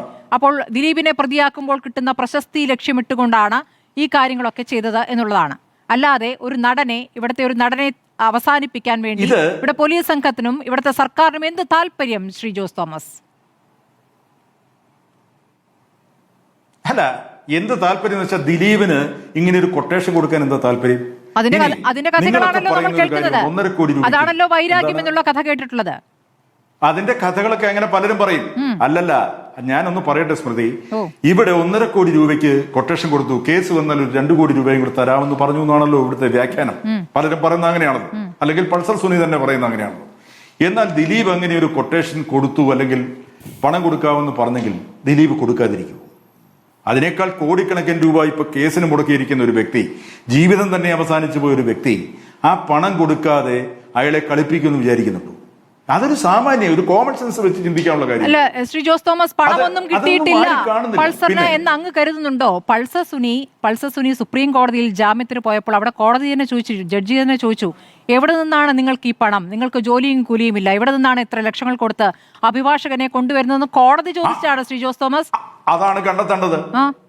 അതാണ് സ്മൃതി കണ്ടെത്തേണ്ട കാര്യം. അതാണ് ആരാണ് അതിനെ ഫണ്ട് ചെയ്യുന്നത്. ഞാൻ പറഞ്ഞല്ലോ, ജാമ്യത്തിൽ ഇറങ്ങിയപ്പോൾ ഇവിടെ 5 സ്റ്റാർ ഹോട്ടലിൽ വന്നിരുന്ന് മദ്യപിക്കുന്നു, വിലയേറിയ കാറിൽ നടക്കുന്നു. ഇതിനാരാണ് ഫണ്ട് ചെയ്യുന്നത്? ഇപ്പോഴും ദിലീപ് തന്നെ ഫണ്ട് ചെയ്യുന്നതാണോ നിങ്ങൾ പറഞ്ഞു വരുന്നത്? അങ്ങനെ പറയരുത്, അത് തെറ്റാണ്. അയാളെ ദിലീപിനെ കൊടുക്കാൻ വേണ്ടി ശ്രമിച്ച ഒരാൾക്ക് ദിലീപ് പണം കൊടുത്തിരിക്കുന്നു എന്നല്ലേ ഇപ്പോൾ ആ പറഞ്ഞതിന്റെ വ്യാഖ്യാനം. പൾസറിന്റെ മൊബൈൽ ഇതുവരെ കിട്ടിയിട്ടില്ല. ശ്രീ ജോസ് തോമസ്, കൊച്ചുകുട്ടിക്ക് പോലും പൾസറിന്റെ കയ്യിലുള്ള മൊബൈൽ ഇതുവരെ കിട്ടിയിട്ടില്ല. അത് തന്നെയാണ് ഞാൻ ചോദിക്കുന്നത്. ശരി, ഞാൻ അഡ്വക്കേറ്റ് പ്രശാന്ത് എന്താണ് കിട്ടാത്തത്? എന്തുകൊണ്ടാണ് കിട്ടാത്തത്? കോടതിയിൽ ദിലീപിന്റെ മൊബൈലുകൾ കിട്ടാൻ വൈകിയത് എന്തുകൊണ്ടാണ് മെമ്മറി കാർഡ് അവിടെ നിന്നും കോടതി മുറിക്കുള്ളിൽ നിന്നും പുറത്തേക്ക് പോയതിലേക്ക് കോടതി പരിശോധന നടത്താത്തത്? അതൊരു തെളിവായി പരിഗണിക്കാത്തത്? ആ മെമ്മറി കാർഡിലെ വിവരങ്ങൾ അല്ലല്ല, അതിലെ ദൃശ്യങ്ങൾ എങ്ങനെയാണ് ടാമ്പർ ചെയ്യപ്പെട്ടത് എന്നുള്ളതടക്കമുള്ള വിവരങ്ങൾ നമ്മൾ നേരത്തെ വായിച്ചതും പറഞ്ഞതും മൊഴികളായി കണ്ടതുമാണല്ലോ. അഡ്വക്കേറ്റ് പ്രശാന്ത് പത്മനാഭൻ, തെളിവുകളുടെ അഭാവത്തിൽ വിട്ടയച്ചതാണ് ദിലീപിനെ എന്നാണോ ഈ ഘട്ടത്തിൽ കരുതേണ്ടത്? പ്രോസിക്യൂഷന്റെ വീഴ്ചയായിട്ടാണോ അങ്ങ് ഇതിനെ കാണുന്നത്? ഇപ്പോൾ വിചാരണ കോടതിയിൽ നിന്നും വിടുതൽ കിട്ടിയിരിക്കുന്നു, അതോടുകൂടി ഈ കേസ് അവസാനിച്ചു, ശുഭം എന്ന് കരുതാനായോ? ഒരിക്കലുമില്ല. ഇതിൻ്റെ പുറത്ത് ഹൈക്കോടതിയിൽ അപ്പീൽ പോകുമെന്ന് ഗവൺമെൻറ് പറഞ്ഞു കഴിഞ്ഞു. പിന്നെ വിക്ടിമിന് അപ്പീൽ കൊടുക്കാനുള്ള അവകാശമുണ്ട്. ഹൈക്കോടതിയിൽ വന്നു കഴിഞ്ഞാൽ എവിഡൻസ് റീ അപ്രീഷിയേറ്റ് ചെയ്യപ്പെടും. പലപ്പോഴും കോടതി വിധികൾ എല്ലാത്തിൻ്റെയും അവസാനമെന്നൊന്നും അർത്ഥമില്ല. എറണാകുളം സെഷൻസ് കോടതിയുടെ ഓർഡർ നമുക്ക് അതിൻ്റെ കാര്യകാരണങ്ങളൊന്നും കാണാൻ കഴിഞ്ഞിട്ടില്ല. അതിൻ്റെ വിധി പുറത്തു വന്നു കഴിയുമ്പോൾ, ഇപ്പോൾ അത് വായിച്ച് കേട്ടതാണ്, അതിനകത്ത് എക്സ്പ്ലനേഷൻ എന്തുകൊണ്ട് വെറുതെ വിട്ടു എന്നുള്ളത് പോലും വായിച്ചിട്ടില്ല. ആ വിധി പൂർണ്ണ രൂപത്തിൽ വെളിയിൽ വന്നു കഴിഞ്ഞ് വായിച്ചു കഴിയുമ്പോൾ അതിലെ എവിഡൻസ്, പ്രോസിക്യൂഷൻ ഓൾറെഡി സമർപ്പിച്ചിട്ടുള്ള എവിഡൻസ്, തക്കതായ കാര്യകാരണങ്ങൾ സഹിതം ഡോക്യുമെൻ്ററി എവിഡൻസ് ഉൾപ്പെടെയുള്ള കാര്യങ്ങൾ കോടതിയിൽ വന്നിട്ടുണ്ടെന്നാണ് ഞാൻ മനസ്സിലാക്കുന്നത്. നേരത്തെ താങ്കൾ സൂചിപ്പിച്ചതുപോലെ അസഫ് അലി സാറിൻ്റെ ഒരു സ്റ്റേറ്റ്മെൻറ്റ് കണ്ടിരുന്നു. പബ്ലിക് പ്രോസിക്യൂട്ടർമാരായിട്ടുള്ളവർ 2 പേര് ആ കോടതിയോട് പിണങ്ങിയിട്ട് അവിടെ നിന്ന് ശരിയായ ട്രീറ്റ്മെൻറ്റ് കിട്ടുന്നില്ല എന്ന് പറഞ്ഞ് മാറേണ്ട സാഹചര്യം വന്നു. 3-ാമത്തെ ആൾ അവിടെ പിടിച്ചു നിൽക്കുകയും വളരെ സ്ട്രോങ് ആയിട്ടുള്ള സ്റ്റാൻഡ് എടുക്കുകയും എവിഡൻസ്, ആർഗ്യുമെൻറ്റ് നോട്ട്സ് ഒക്കെ സമർപ്പിക്കുകയും ചെയ്തിട്ടുണ്ട്. അപ്പോൾ കോടതിക്ക് ഇതൊന്നും കണ്ണടച്ച് കണ്ടില്ല എന്ന് നടിക്കാൻ കഴിയില്ല. ചില വിധികളൊക്കെ വരുന്നത് സമൂഹ മനസ്സാക്ഷിയെ ഞെട്ടിപ്പിക്കുന്ന തരത്തിലുള്ള വിധികൾ വരാറുണ്ട്. നമ്മൾ കോടതികളോട് ബഹുമാനം കാണിക്കുന്നതിൻ്റെ അർത്ഥം അവിടെ ഒരു രാജാവ് പ്രജ എന്നുള്ള ഒരു ബന്ധമൊന്നുമില്ല. സർവീസ് പ്രൊവൈഡർ എന്നുള്ളതാണ് കൺസെപ്റ്റ്. കോടതികളെന്ന് പറഞ്ഞാൽ ജുഡീഷ്യറി അവരുടെ ജോലി ചെയ്യുന്നു. പലപ്പോഴും പറയാറുള്ളത് എക്സിക്യൂട്ടീവ് ഫെയിലർ ആകുന്നിടത്ത് ഞങ്ങൾ ഏറ്റെടുക്കുന്നു എന്നൊക്കെ പറയാറുണ്ട്. ഇപ്പോൾ കോടതിയിൽ നിന്നൊരു വീഴ്ച വന്നിരിക്കുന്നിടത്ത് ഓരോ ഘട്ടത്തിലും ചൂണ്ടിക്കാണിക്കേണ്ട ഒരവസ്ഥ പ്രസ്സിന്, 4ാമത്തെ എസ്റ്റേറ്റ് ആയിട്ടുള്ള ഈ മാധ്യമങ്ങളാണത് ചെയ്യുന്നത്. ഇന്ന് ന്യൂസ് മിനിറ്റിൽ ധന്യ രാജേന്ദ്രൻ്റെ ഒരു വീഡിയോയും വളരെ വിശദമായിട്ടുള്ളൊരു റിപ്പോർട്ടും വന്നിട്ടുണ്ട്. ഞാനത് വളരെ സീനിയർ ആയിട്ടുള്ള പല അഭിഭാഷകർക്കും റിട്ടയർഡ് ജഡ്ജസിനൊക്കെ അയച്ചു കൊടുത്തിട്ടുണ്ട്. ഇത് രാജ്യം മുഴുവൻ നോക്കിക്കൊണ്ടിരിക്കുകയാണ്. ഇപ്പോൾ ഇത് ഹൈക്കോടതിയുടെ സമക്ഷം വരുമ്പോൾ ഈ പറഞ്ഞ കാര്യങ്ങളൊക്കെ ട്രയൽ കോടതിയിൽ വന്നിട്ടുണ്ടോ, ഉണ്ടെങ്കിൽ എങ്ങനെയാണ് ഈ എവിഡൻസ് ഒക്കെ അവർ തമസ്കരിച്ചത് എന്നുള്ളൊരു ചോദ്യം വരും. നമുക്കത് വന്നു കഴിയുമ്പോൾ അതിനെപ്പറ്റി ഡിസ്കസ് ചെയ്യാം. നേരത്തെ ഇതുപോലെ ഒരുപാട് പേജുകളിലാണ് വിധിന്യായം എഴുതിയെന്നൊക്കെ ആരോ പറയുന്നുണ്ട്. അത് കാര്യമില്ല. കാരണം ഈ ഹോമോസെക്ഷുവാലിറ്റി റീക്രിമിനലൈസ് ചെയ്തുകൊണ്ടുള്ളൊരു ജഡ്ജ്മെൻ്റ് ഉണ്ട്, ജസ്റ്റിസ് സിംഗ്വിയുടെ. അദ്ദേഹം ഈ റിപ്പോർട്ടർമാർ അതിന് ഷോക്കിംഗ് ആയിട്ടുള്ള ജഡ്ജ്മെൻറ്റ് വന്ന് ചോദിച്ചപ്പോൾ അദ്ദേഹം പറഞ്ഞത്, നിങ്ങൾ വായിച്ചോ, എത്ര പേജ് ഉണ്ടെന്ന് അറിയാമോ എന്നൊക്കെ ചോദിച്ചു. ഈ പേജുകൾ കുറച്ച് അവർ എഴുതി വെച്ചതുകൊണ്ട് കാര്യമില്ല. എന്താണ് എഴുതി വെച്ചിരിക്കുന്നതെന്ന് പുറത്തു വന്നു കഴിഞ്ഞാലേ അറിയത്തുള്ളൂ. അതിൽ ഈ എവിഡൻസ് കറക്റ്റായിട്ട് അപ്രീഷിയേറ്റ് ചെയ്യപ്പെട്ടോ ഇല്ലയോ എന്നുള്ളത് നോക്കും. ഹൈക്കോടതിയിൽ ഈ കാര്യങ്ങൾ വന്നിട്ടില്ല എന്നുണ്ടെങ്കിൽ റീ അപ്രീഷിയേറ്റ് ചെയ്യാൻ കഴിയും. ഇതിനേക്കാൾ പ്രമാദമായിട്ടുള്ള കേസുകൾ ചിലത് ട്രയൽ കോടതിയിൽ കേസ് വിട്ടുപോയ കേസുകൾ ഹൈക്കോടതി വീണ്ടും ഒരു അപ്പീലിൽ കേട്ടിട്ട് റിവേഴ്സ് ചെയ്ത കേസ് ഉണ്ടായിട്ടുണ്ട്. ഹഷിംപുര മസാക്കർ കേസ് എന്ന് പറയും. അത് 1987 42 മുസ്ലിങ്ങളെ തെരഞ്ഞു പിടിച്ച് പോലീസുകാർ ഒരു സ്ഥലത്ത് കൊണ്ടുപോയി വെടിവെച്ചു കൊന്ന കേസാണ്. ആ കേസ് എത്രയോ വർഷങ്ങൾക്ക് ശേഷം, 29 വർഷം ഏതാണ്ട് കഴിഞ്ഞിട്ടാണ്, അതിനകത്ത് 19 വർഷങ്ങൾക്ക് ശേഷമാണ് ചാർജ് ഫ്രെയിം ചെയ്യുന്നത്. ഡൽഹിയിലേക്ക്, സുപ്രീം കോടതി ഡൽഹിയിലെ ഒരു ട്രയൽ കോടതിയിലേക്ക് കേസ് മാറ്റിക്കൊടുത്തു.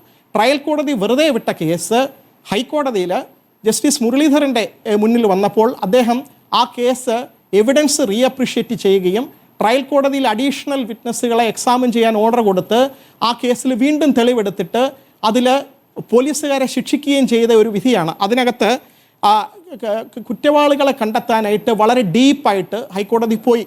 അതിനുശേഷം ഇതുപോലെ തന്നെ സജ്ജൻ കുമാർ എന്ന് പറഞ്ഞ കോൺഗ്രസിൻ്റെ ഒരു നേതാവ് ആൻറ്റി സിഖ് റയറ്റ് ഉണ്ടായപ്പോൾ അതിൽ ട്രയൽ കോടതി വെറുതെ വിട്ട കേസാണ്. അതിനും ഡൽഹി ഹൈക്കോടതി ജസ്റ്റിസ് മുരളീധരൻ തന്നെയാണ് ആ കേസിൽ റിവേഴ്സ് ചെയ്ത് ഈ 2 കേസുകളിലും ജീവപര്യന്തം ശിക്ഷയാണ് കൊടുത്തത്. ഇപ്പോൾ അദ്ദേഹത്തെ UN ഹ്യൂമൻ റൈറ്റ്സ് കമ്മീഷന്റെ പാലസ്തീനിലെ അവകാശ ധ്വംസനങ്ങൾ അന്വേഷിക്കാനുള്ള ഒരു കമ്മീഷന്റെ ഹെഡായിട്ട് അപ്പോയിന്റ് ചെയ്തിരിക്കുകയാണ് ഹ്യൂമൻ റൈറ്റ്സ് കമ്മീഷൻ. അതുപോലുള്ള ജഡ്ജസ് ഉണ്ടെങ്കിൽ കേരള ഹൈക്കോടതിയിൽ അതേപോലെ ഈ കേസ് അപ്രീഷിയേറ്റ് ചെയ്യപ്പെടുകയാണെങ്കിൽ ഇതിൽ കൊടുത്തിരിക്കുന്ന തെളിവ്, ഏറ്റവും വലിയ തെളിവെന്ന് പറയുന്നത് ഇതുപോലുള്ള ക്രൂരമായിട്ടുള്ളൊരു കൃത്യം നടക്കുമ്പോൾ അതിൽ പീഡനം അനുഭവിച്ച ആ സ്ത്രീ തന്നെ വന്ന് കോടതിയോട് പറയുകയാണ്. അവർക്ക് പറയാനുള്ള എവിഡൻസ് എല്ലാം പറഞ്ഞു. ആ പറഞ്ഞതിന് എന്ത് വിലയാണ് കൊടുത്തത്? അതിനകത്ത് പറയുന്ന കാര്യങ്ങളും സാഹചര്യ തെളിവുകളും അവിടെ നിന്ന് കണ്ടെത്തിയിരിക്കുന്ന ബാക്കി ഡോക്യുമെൻ്ററി എവിഡൻസും കോടതി അവിശ്വസിച്ചോ? എന്ത് കാരണം കൊണ്ടാണ് ഈ കാര്യങ്ങളൊക്കെ അവഗണിച്ചതെന്നുള്ളൊരു ചോദ്യം അവിടെ വരും. കോടതി മുറിയിൽ മാനസികമായി പീഡിപ്പിക്കപ്പെട്ടു എന്നുള്ളത് നേരത്തെ ബർഖാദത്തിന് നൽകിയ അഭിമുഖത്തിൽ അതിജീവിത പറഞ്ഞിട്ടുണ്ട് ശ്രീ പ്രശാന്ത് പത്മനാഭൻ. ആ കാര്യം നമ്മുടെ മുന്നിലുണ്ട്, അത് അവിടെ നിൽക്കും. അതെ, ഞാൻ സാന്ദർഭികമായിട്ട് ഇന്നലെ രണ്ട് കാര്യങ്ങൾ അത് ഞാൻ സുപ്രീം കോടതിയിൽ പറഞ്ഞോളൂ അതിനുശേഷം അല്ല അങ്ങ് പറഞ്ഞതിന് ശേഷം ഞാൻ പറയാം. സുപ്രീം കോടതിയിൽ ഇന്നലെ ഇതുപോലുള്ള UP-യിൽ നിന്നുള്ള ഒരു കേസ് വന്നിരുന്നു. അതായത് വളരെ ഇൻസെൻസിറ്റീവായിട്ട് ഒരു ട്രയൽ ജഡ്ജി ഒരു കമന്റ് പാസ്സാക്കിയതാണ്. ഒരു പാവാട അഴിച്ചു മാറ്റി ബ്രസ്റ്റിൽ ടച്ച് ചെയ്യാൻ നോക്കിയത് അറ്റംപ്റ്റ് റേപ്പ് അല്ല, അതൊരു പ്രിപ്പറേഷൻ ആണെന്ന് പറഞ്ഞൊരു ന്യൂസ് വന്നിരുന്നു. അതിന്റെ പുറത്ത് നേരത്തെ ചീഫ് ജസ്റ്റിസ് ഗവായ് സ്വമേധയാ കേസെടുത്തിരുന്നു. ശോഭ ഗുപ്ത എന്ന് പറഞ്ഞൊരു സീനിയർ അഡ്വക്കേറ്റ് കത്ത് എഴുതിയതിന്റെ പുറത്താണ് ആ കേസ് ഇന്നലെ വന്നിരുന്നു. അതിൽ ഞാൻ സ്ത്രീശക്തി എന്ന് പറയുന്ന ഒരു സംഘടനയ്ക്ക് വേണ്ടി കേസ് ഫയൽ ചെയ്തിരുന്നു. അപ്പോൾ അവിടെയും ഈ കേസ് ഞാൻ ചൂണ്ടിക്കാണിച്ചിരുന്നു. ഇതുപോലെ എറണാകുളം സെഷൻസ് കോടതിയിലെ ഒരു വിധി വന്നിട്ടുണ്ട്. അവിടെയും ഇതുപോലെ തന്നെ അതിലെ സർവൈവർ പരാതി പറയുന്നു, ഇൻ ക്യാമറ പ്രൊസീഡിംഗ് ആയിട്ട് പോലും കോടതിയിൽ ഒരു സൗഹാർദ്ദപരമായ അന്തരീക്ഷം ഇല്ലായിരുന്നുവെന്നും അതിനകത്തുണ്ടായിരുന്ന പ്രശ്നങ്ങൾ അവിടെ ഒരുപാട് പേര് കൂടി നിന്നിട്ട് വീണ്ടും ആ ട്രയൽ കോടതിയിൽ ഫേസ് ചെയ്യേണ്ട പ്രശ്നങ്ങളൊക്കെ സുപ്രീം കോടതിയിൽ ബോധിപ്പിച്ചപ്പോൾ ചീഫ് ജസ്റ്റിസ് പറഞ്ഞു ഇങ്ങനെയുള്ള കാര്യങ്ങൾക്ക് ഒരു ഗൈഡ് ലൈൻ ഇടാം, അതിനുള്ള ഡോക്യുമെന്റ്സ് എല്ലാം കൂടെ ഫയൽ ചെയ്യാൻ പറഞ്ഞു, റിട്ടൺ നോട്ട്സ് ഓഫ് ആർഗ്യുമെന്റ്സ് ഒക്കെ ഫയൽ ചെയ്യാൻ പറഞ്ഞിട്ടുണ്ട്. ഞാൻ പറയുന്നത് ഇതുപോലുള്ള സംഭവങ്ങൾ ഉണ്ടാകുന്നുണ്ട്. ഇത് റിവേഴ്സ് ചെയ്യപ്പെടാമെന്നാണ് എൻ്റെ ശക്തമായിട്ടുള്ള വിശ്വാസം. ഇനി പ്രശാന്ത് പത്മനാഭൻ അങ്ങയിലേക്ക് കുറച്ചുകൂടി വിശദമായി വരേണ്ടതുണ്ട്. അതിനു മുമ്പ് ഭാഗ്യലക്ഷ്മി ഇപ്പോൾ സിനിമാ പ്രവർത്തക നമ്മോടൊപ്പമുണ്ട്. ശ്രീമതി ഭാഗ്യലക്ഷ്മി, ഇപ്പോൾ അങ്ങ് ഫെഫ്കയിൽ നിന്ന് രാജിവെച്ചു. അത് സംഘടനയോട് ആലോചിക്കാതെ സംഘടനയോട് സംസാരിക്കാതെയാണ് എന്നാണ് സംഘടനയുടെ തന്നെ ഭാഗമായിട്ടുള്ള ശ്രീ ജോസ് തോമസ് പറയുന്നത്. അദ്ദേഹം നമ്മുടെ ചർച്ചയിലുണ്ട്. അപ്പോൾ എന്തുകൊണ്ട് രാജിവെക്കുന്നു എന്നുള്ള കാര്യം പറയാമെന്ന്. ദിലീപ് നേരത്തെ പ്രതിപട്ടികയിൽ വന്ന ഘട്ടത്തിൽ ഒരു നിമിഷം പോലും ആലോചിക്കാതെ സംഘടനയിൽ നിന്ന് നേരത്തെ മാറ്റിയിട്ടുണ്ട്, ഒഴിവാക്കിയിട്ടുണ്ട്.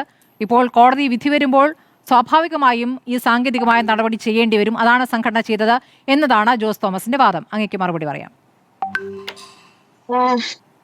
ജോസ് തോമസിനോട് വളരെ ബഹുമാനത്തോടു കൂടി പറയുകയാണ്, ഒരു കേസിൽപ്പെട്ട ഒരു വ്യക്തി, അതൊരു വിചാരണ കോടതി, ഇത് വിചാരണ കോടതി മാത്രമാണ്. ഇനിയും നമുക്ക് ഹൈക്കോടതിയുണ്ട്, സുപ്രീം കോടതിയുണ്ട്. അവിടെ കൂടെ പോയി കഴിഞ്ഞതിന് ശേഷം മാത്രമേ അയാൾ നിരപരാധിയാണോ എന്ന് തെളിയിക്കപ്പെടുകയുള്ളൂ. പക്ഷെ അതിനു മുൻപ് ആ വ്യക്തിയെ ഇദ്ദേഹത്തെ ഫെഫ്കയിൽ തിരിച്ചെടുക്കുമോ എന്ന് ചോദിച്ചാൽ അപേക്ഷ കിട്ടിയാൽ തീർച്ചയായും എടുക്കും എന്ന് പറയണമെങ്കിൽ അത് സംഘടനയുടെ ജനറൽ കൗൺസിലില് അല്ലെങ്കിൽ ആ വ്യക്തി, ഈ കുറ്റാരോപിതനായി നിൽക്കുന്ന വ്യക്തി ഏത് സംഘടനയിലെ അംഗമാണോ ആ സംഘടനയ്ക്ക് അപേക്ഷ അയച്ച് ആ സംഘടനയുടെ കമ്മിറ്റി, എക്സിക്യൂട്ടീവ് കമ്മിറ്റി മീറ്റിംഗ് കൂടി ഒടുവിൽ അവർ അത് തീരുമാനിക്കുകയാണ് വേണ്ടത്. അല്ലാതെ ഫെഫ്കയുടെ ജനറൽ സെക്രട്ടറി അല്ല അത് പറയേണ്ടത്. കാരണം വ്യക്തിപരമായിട്ട് സംഘടനയ്ക്കുള്ളിൽ ഒരു തീരുമാനം, ഇത് ട്രേഡ് യൂണിയൻ ആണ്, വെറുതെ ഒരു യൂണിയൻ അല്ല. ജോസ് തോമസിന് എന്നേക്കാൾ വളരെയധികം സംഘടനയുടെ എല്ലാ നിയമങ്ങളും അറിയാം. ഞാനും ഈ സംഘടനയിൽ മാക്ട ഫെഡറേഷൻ ഉണ്ടായ കാലം മുതൽ ഫെഫ്ക ഫെഡറേഷൻ ഉണ്ടായ സമയം മുതൽ ഇതുവരെയും സഞ്ചരിച്ച ഒരാളെന്നുള്ള നിലയ്ക്കാണ് ഞാൻ പറയുന്നത്. ഇത് യഥാർത്ഥത്തിൽ ഞങ്ങൾ ഇത് കമ്മിറ്റിയിൽ വെച്ച് കമ്മിറ്റിയുടെ അഭിപ്രായം അനുസരിച്ച് ഞങ്ങൾ ഇത് മുൻപോട്ട് പോകും എന്ന് പറയുന്നതിന് പകരം അപേക്ഷ കിട്ടിയാൽ തീർച്ചയായിട്ടും ഞങ്ങൾ അംഗീകരിക്കും, ഞങ്ങൾ സ്വീകരിക്കും എന്ന് പറയുമ്പോൾ ഒരു ഏകാധിപത്യ ശബ്ദമാണ് ഞാൻ കേട്ടത്. അപ്പോ എനിക്ക് തോന്നി, മാത്രമല്ല ഈ ജോസ് തോമസിന് വളരെ വ്യക്തമായിട്ട് അറിയാം, ഇത് എനിക്ക് ഇടയ്ക്ക് കോള് വന്നപ്പോ ഇത് കട്ടാവുന്നതാണ്. വ്യക്തമായിട്ടറിയാം ഈ ഒരു വിഷയത്തിൽ അന്ന് 2017 ഈ പെൺകുട്ടി ഇങ്ങനെ ഒരു അവസ്ഥയിൽ പെട്ടപ്പോൾ അന്ന് ഈ ഫെഫ്ക ജനറൽ സെക്രട്ടറി ഫെഫ്ക അവളോടൊപ്പം എന്ന് പറഞ്ഞു. അതിനുശേഷം ഇദ്ദേഹത്തെ വെച്ച് ഒരു സിനിമ നിർമ്മിക്കാൻ അദ്ദേഹം തീരുമാനിച്ചു. അന്ന് ഞാൻ അദ്ദേഹത്തോട് നന്നായിട്ട് ആ വിഷയം വ്യക്തമായിട്ട് ജോസിന് അറിയാവുന്ന കാര്യമാണ്.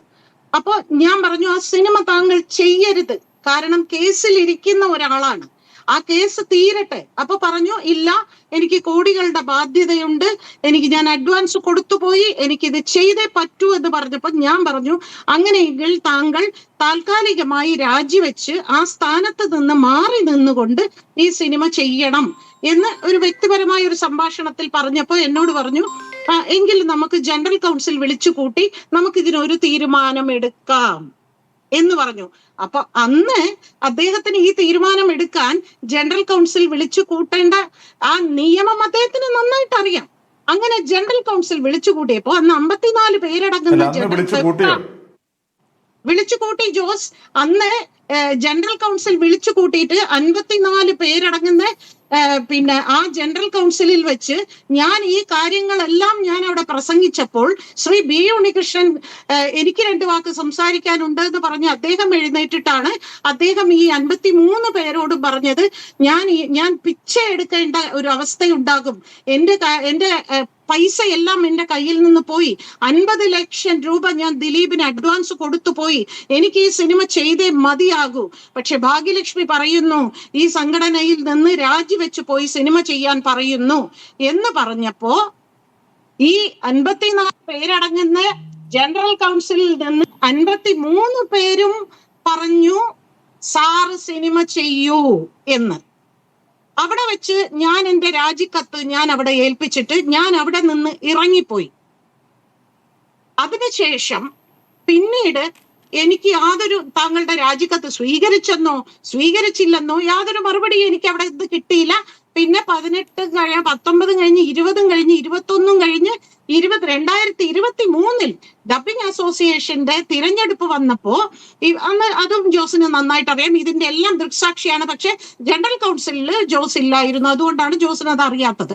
അങ്ങനെ ആ മീറ്റിംഗിൽ ഞാൻ അവരോട് പറഞ്ഞു, ഞാൻ ഈ സംഘടനയിൽ അംഗമല്ല, എന്നെ നിങ്ങൾ ഈ ഇലക്ഷന് അവിടെ വോട്ട് ചെയ്യാൻ വിളിക്കരുതെന്ന് പറഞ്ഞപ്പോ എന്റെ രാജി അവർ സ്വീകരിച്ചിട്ടില്ല എന്ന് പറഞ്ഞു. അങ്ങനെ ആ തിരഞ്ഞെടുപ്പ്, പക്ഷെ ഞാൻ ഭാരവാഹിയൊന്നും അല്ല, അതിനുശേഷം ഞാൻ ഒരു ഭാരവാഹിയുമായിട്ടില്ല, ഞാൻ ഒരു കമ്മിറ്റിയിലുമില്ല, ഒന്നിലുമില്ല. അപ്പോ എന്റെ ചോദ്യം ഇത്രയേ ഉള്ളൂ, അന്ന് താൻ സിനിമ വോട്ട് ചെയ്യാൻ പോയില്ലേ?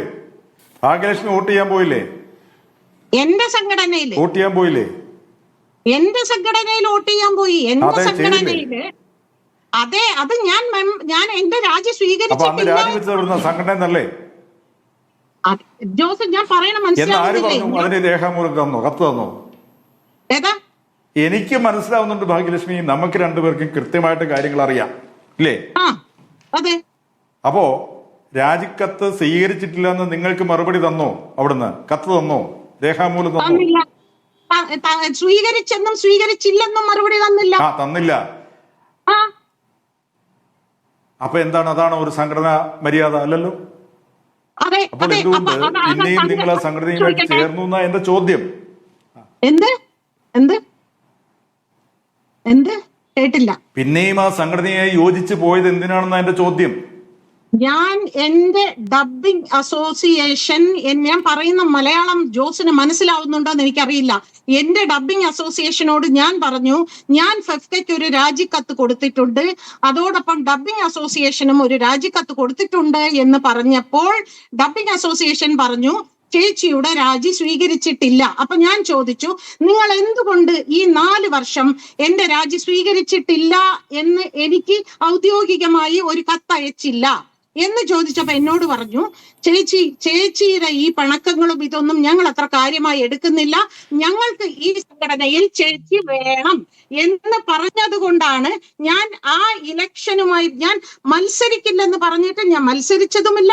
ഞാൻ ഇലക്ഷനുമായി ബന്ധപ്പെട്ട് കാര്യങ്ങൾ ചെയ്യുമ്പോൾ ശ്രീ ബി ഉണ്ണികൃഷ്ണൻ എന്നോട് പറയണമായിരുന്നു, താങ്കൾ രാജിവെച്ച ആളാണ്, താങ്കൾ ഈ സംഘടനയുടെ ഇലക്ഷനുമായി ബന്ധപ്പെട്ട് പ്രവർത്തിക്കരുത്, അതല്ലെങ്കിൽ താങ്കൾ മെമ്പറാണെന്ന്. ഞാൻ ഇതെല്ലാം ബി ഉണ്ണികൃഷ്ണനുമായി നിരന്തരം ചർച്ച ചെയ്തുകൊണ്ടിരിക്കുന്ന ഒരു വിഷയമാണ്. ജോസിന് അറിഞ്ഞുകൂടാത്ത ഒരു പാർട്ടാണത്. അതിനുശേഷം ഇത്രയും നാളായി ഇപ്പോഴും ഞാൻ ഔദ്യോഗിക ഭാരവാഹിയല്ല. പറയൂ. ഭാഗ്യലക്ഷ്മി, ഇപ്പോൾ നിങ്ങൾ ഇന്ന് ഫെഫ്കയിൽ നിന്ന് രാജിവെക്കുകയാണെങ്കിൽ അല്ലെങ്കിൽ പിന്മാറുകയാണെന്ന് പറയുമ്പോഴും ആ ഡബ്ബിംഗ് ആർട്ടിസ്റ്റിന്റെ സംഘടന അത് തന്നെ പറയും, ചേച്ചി ഞങ്ങളത് മുഖവിലേക്ക് എടുത്തിട്ടില്ല, ചേച്ചി ഞങ്ങളോടൊപ്പമുണ്ട്. അതേ പറഞ്ഞുള്ളൂ. നിങ്ങളിപ്പോൾ ജോസ് ഒരു കാര്യം പറയാം. അതായത് താങ്കൾ പറഞ്ഞതുമാതിരി ഇന്ന് രാവിലെ മുതൽ എന്റെ സംഘടനയിലെ സകല മെമ്പേഴ്സും എന്നോട് ഈ വാക്ക് പറഞ്ഞു. പക്ഷെ ഞാൻ പറഞ്ഞു, നേരത്തെ പോലെ സംഭവിക്കാതിരിക്കാൻ, എന്റെ രാജ്യം നിങ്ങൾ സ്വീകരിച്ചിട്ടില്ല എന്ന് പറഞ്ഞ് വീണ്ടും എന്നെ വിളിക്കാതിരിക്കാൻ വേണ്ടിയാണ് ഞാൻ മാധ്യമം വഴി ഒരു സമൂഹത്തിന് മുൻപിൽ തുറന്ന് ഞാൻ പറയുന്നത് ഈ സംഘടനയിൽ ഞാൻ ഇല്ല എന്ന്. ഇന്ന് രാത്രി ഇപ്പൊ ഞാൻ വളരെ പബ്ലിക് പ്ലാറ്റ്ഫോമിൽ വെച്ചാണ് ഞാൻ പറയുന്നത്, ഫെഫ്കയുമായിട്ട് എനിക്ക് ഇനിമേൽ ഒരു ബന്ധവുമില്ലെന്ന്. ഞാൻ ഇന്ന് ഔദ്യോഗികമായി തന്നെ ഞാൻ ഫെഫ്കയ്ക്കും ഡബ്ബിംഗ് അസോസിയേഷനും രാജിക്കത്ത് ഇന്ന് രാത്രി ഉറങ്ങുന്നതിന് മുമ്പ് ഞാൻ കൊടുത്തിരിക്കും. ഇത് ഞാൻ ആ സംഘടനയിൽ നിന്ന് ഇറങ്ങിപ്പോയി എന്നുള്ളതിന് സമൂഹം മുഴുവനും സാക്ഷിയാണ്, മാധ്യമങ്ങളും സാക്ഷിയാണ്. ശരി, ഈ താരസംഘടനയുടെ നിലപാടിനെ കുറിച്ച് എന്താണ് പറയാനുള്ളത്? ഇപ്പോൾ എല്ലാ സംഘടനകളും ആ നിലപാടെടുക്കുകയാണ്. ഇപ്പോൾ ഫെഫ്കയുടെ കാര്യം പറയുകയാണെങ്കിൽ ഒരു സഹസംവിധായകനായി മാത്രം പ്രവർത്തിച്ചിട്ടുള്ള ആളാണ്. അപ്പോൾ വന്ന് ഇതിന്റെ ഭാഗമായി നിൽക്കുന്നതിൽ എന്താണ് കുഴപ്പം എന്നൊരു ചോദ്യമാണ് അദ്ദേഹം ഇപ്പോൾ നേരത്തെ ചോദിച്ചത്. താരസംഘടനയിൽ അദ്ദേഹം പ്രധാനിയാകുമല്ലോ സ്വാഭാവികമായും. താരസംഘടന എടുക്കുന്ന നിലപാടും എന്തായിരുന്നു? വളരെ പെട്ടെന്ന് തന്നെ യോഗം ചേർന്നല്ലോ. ആരും സംഘടനാ ഭാരവാഹികളൊന്നും പരസ്യ പ്രതികരണത്തിന് തയ്യാറായിട്ടില്ലെങ്കിലും അതേക്കുറിച്ച് എന്താണ് പറയാനുള്ളത്? തീർച്ചയായിട്ടും താരസംഘടന എന്നാണ് അവൾക്കൊപ്പം എന്നൊരു നിലപാട് എടുത്തിട്ടുള്ളത്? എന്നെങ്കിലും എടുത്തിട്ടുണ്ടോ? 2017 മുതൽ അവൾ ഈ ഇൻസിഡന്റ് നടക്കുന്നതിന് മുൻപ് കൊടുത്ത പരാതി പോലും സ്വീകരിക്കാത്തൊരു സംഘടനയാണ് താരസംഘടന. ഈ അമ്മ എന്ന് പറയുന്ന സംഘടന അവളെ പരിഗണിച്ചിട്ട് പോലുമില്ല. പക്ഷേ സ്ത്രീകൾ തലപ്പത്ത് വന്ന ശേഷം കാര്യങ്ങളിൽ മാറ്റം ഉണ്ടാകുമെന്നുള്ള പ്രതീക്ഷയും അവരുടെ പ്രതികരണങ്ങളിലും അത്തരം കാര്യങ്ങൾ ഉണ്ടായിരുന്നു. നമ്മൾ പ്രതീക്ഷിച്ചു, പക്ഷെ നമ്മൾ പ്രതീക്ഷിച്ച പോലെയല്ല അവരുടെ നടപടികൾ. അവർ ഇതുവരെ ആരൊക്കെയാണോ ഉണ്ടായിരുന്നത് അവരുടെ വാക്കുകളാണ് ഇവരുടെ ശബ്ദത്തിൽ കൂടി നമ്മൾ കേട്ടുകൊണ്ടിരിക്കുന്നത്. അതിലൊരു ഭാരവാഹിയായിരിക്കുന്ന ഒരു സ്ത്രീയുടെ ഡയലോഗ് ഞാൻ കേട്ടു, ഞങ്ങൾക്ക് അവനും വേണം അവളും വേണം. അതെങ്ങനെയാണ് സ്മൃതി നടക്കുന്നത്? ഒന്ന് ആലോചിച്ച് നോക്കൂ. എനിക്ക് ശരിയും വേണം തെറ്റും വേണം എന്ന് ആർക്കെങ്കിലും പറയാൻ പറ്റുമോ? ഞാൻ വാദിയോടൊപ്പം നിൽക്കും, ഞാൻ പ്രതിയോടൊപ്പം നിൽക്കും എന്ന് പറയുന്നത് നിലപാടല്ല, ധൈര്യമില്ലായ്മയാണത്. എന്താ ജോസ്? ഭാഗ്യലക്ഷ്മിക്ക് പൂർണ്ണമായും ബോധ്യമുണ്ടോ ദിലീപാണ് കുറ്റവാളി എന്ന്? അതിന്റെ തെളിവുകളെല്ലാം ഉണ്ടോ? കോടതിയിൽ നിൽക്കുന്ന ഒരു കേസാണ് ജോസ്. കോടതിയിൽ നിൽക്കുന്ന ഒരു കേസിന് ഞാൻ ഇവിടെ വിധി പ്രഖ്യാപിക്കാൻ ഞാൻ നിയമം പഠിച്ച ഒരാളെന്നല്ല. ഇത് സുപ്രീം കോടതി വിധി വരുന്നത് വരെ എന്റെ മുൻപിൽ അദ്ദേഹം കുറ്റവാളി തന്നെയാണ്. ശരി, ഇപ്പോൾ ഇക്കാര്യത്തിൽ ഭാഗ്യലക്ഷ്മി വെറുതെ വിട്ടാൽ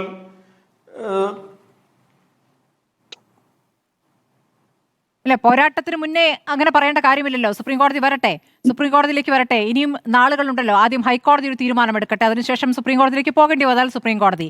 അങ്ങനെ തിരിച്ചു വന്ന ചില നടപടികളുണ്ടായ കേസുകളൊക്കെ ഉണ്ട് കേട്ടോ. സൂര്യനെല്ലി കേസ് അത്തരത്തിലൊരു കേസാണ്.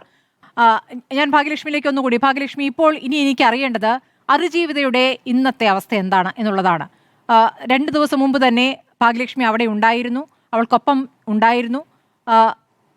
എന്തായാലും കോടതി വിധിയുടെ സമയത്ത് തളർന്നു പോയിട്ടുണ്ടാകും എന്നുള്ള കാര്യത്തിൽ തർക്കമില്ല. പക്ഷേ പോരാടാനുള്ള ഉറച്ച മനസ്സുണ്ടോ? എന്താണ് അവർ പറയുന്നത്? പോരാടാനുള്ള ഉറച്ച മനസ്സ് അവൾക്ക് ഇപ്പോഴും ഉണ്ട്. അതിൽ നിന്ന് അവൾ ഒരണുവിട അവൾ വ്യതിചലിച്ചിട്ടില്ല.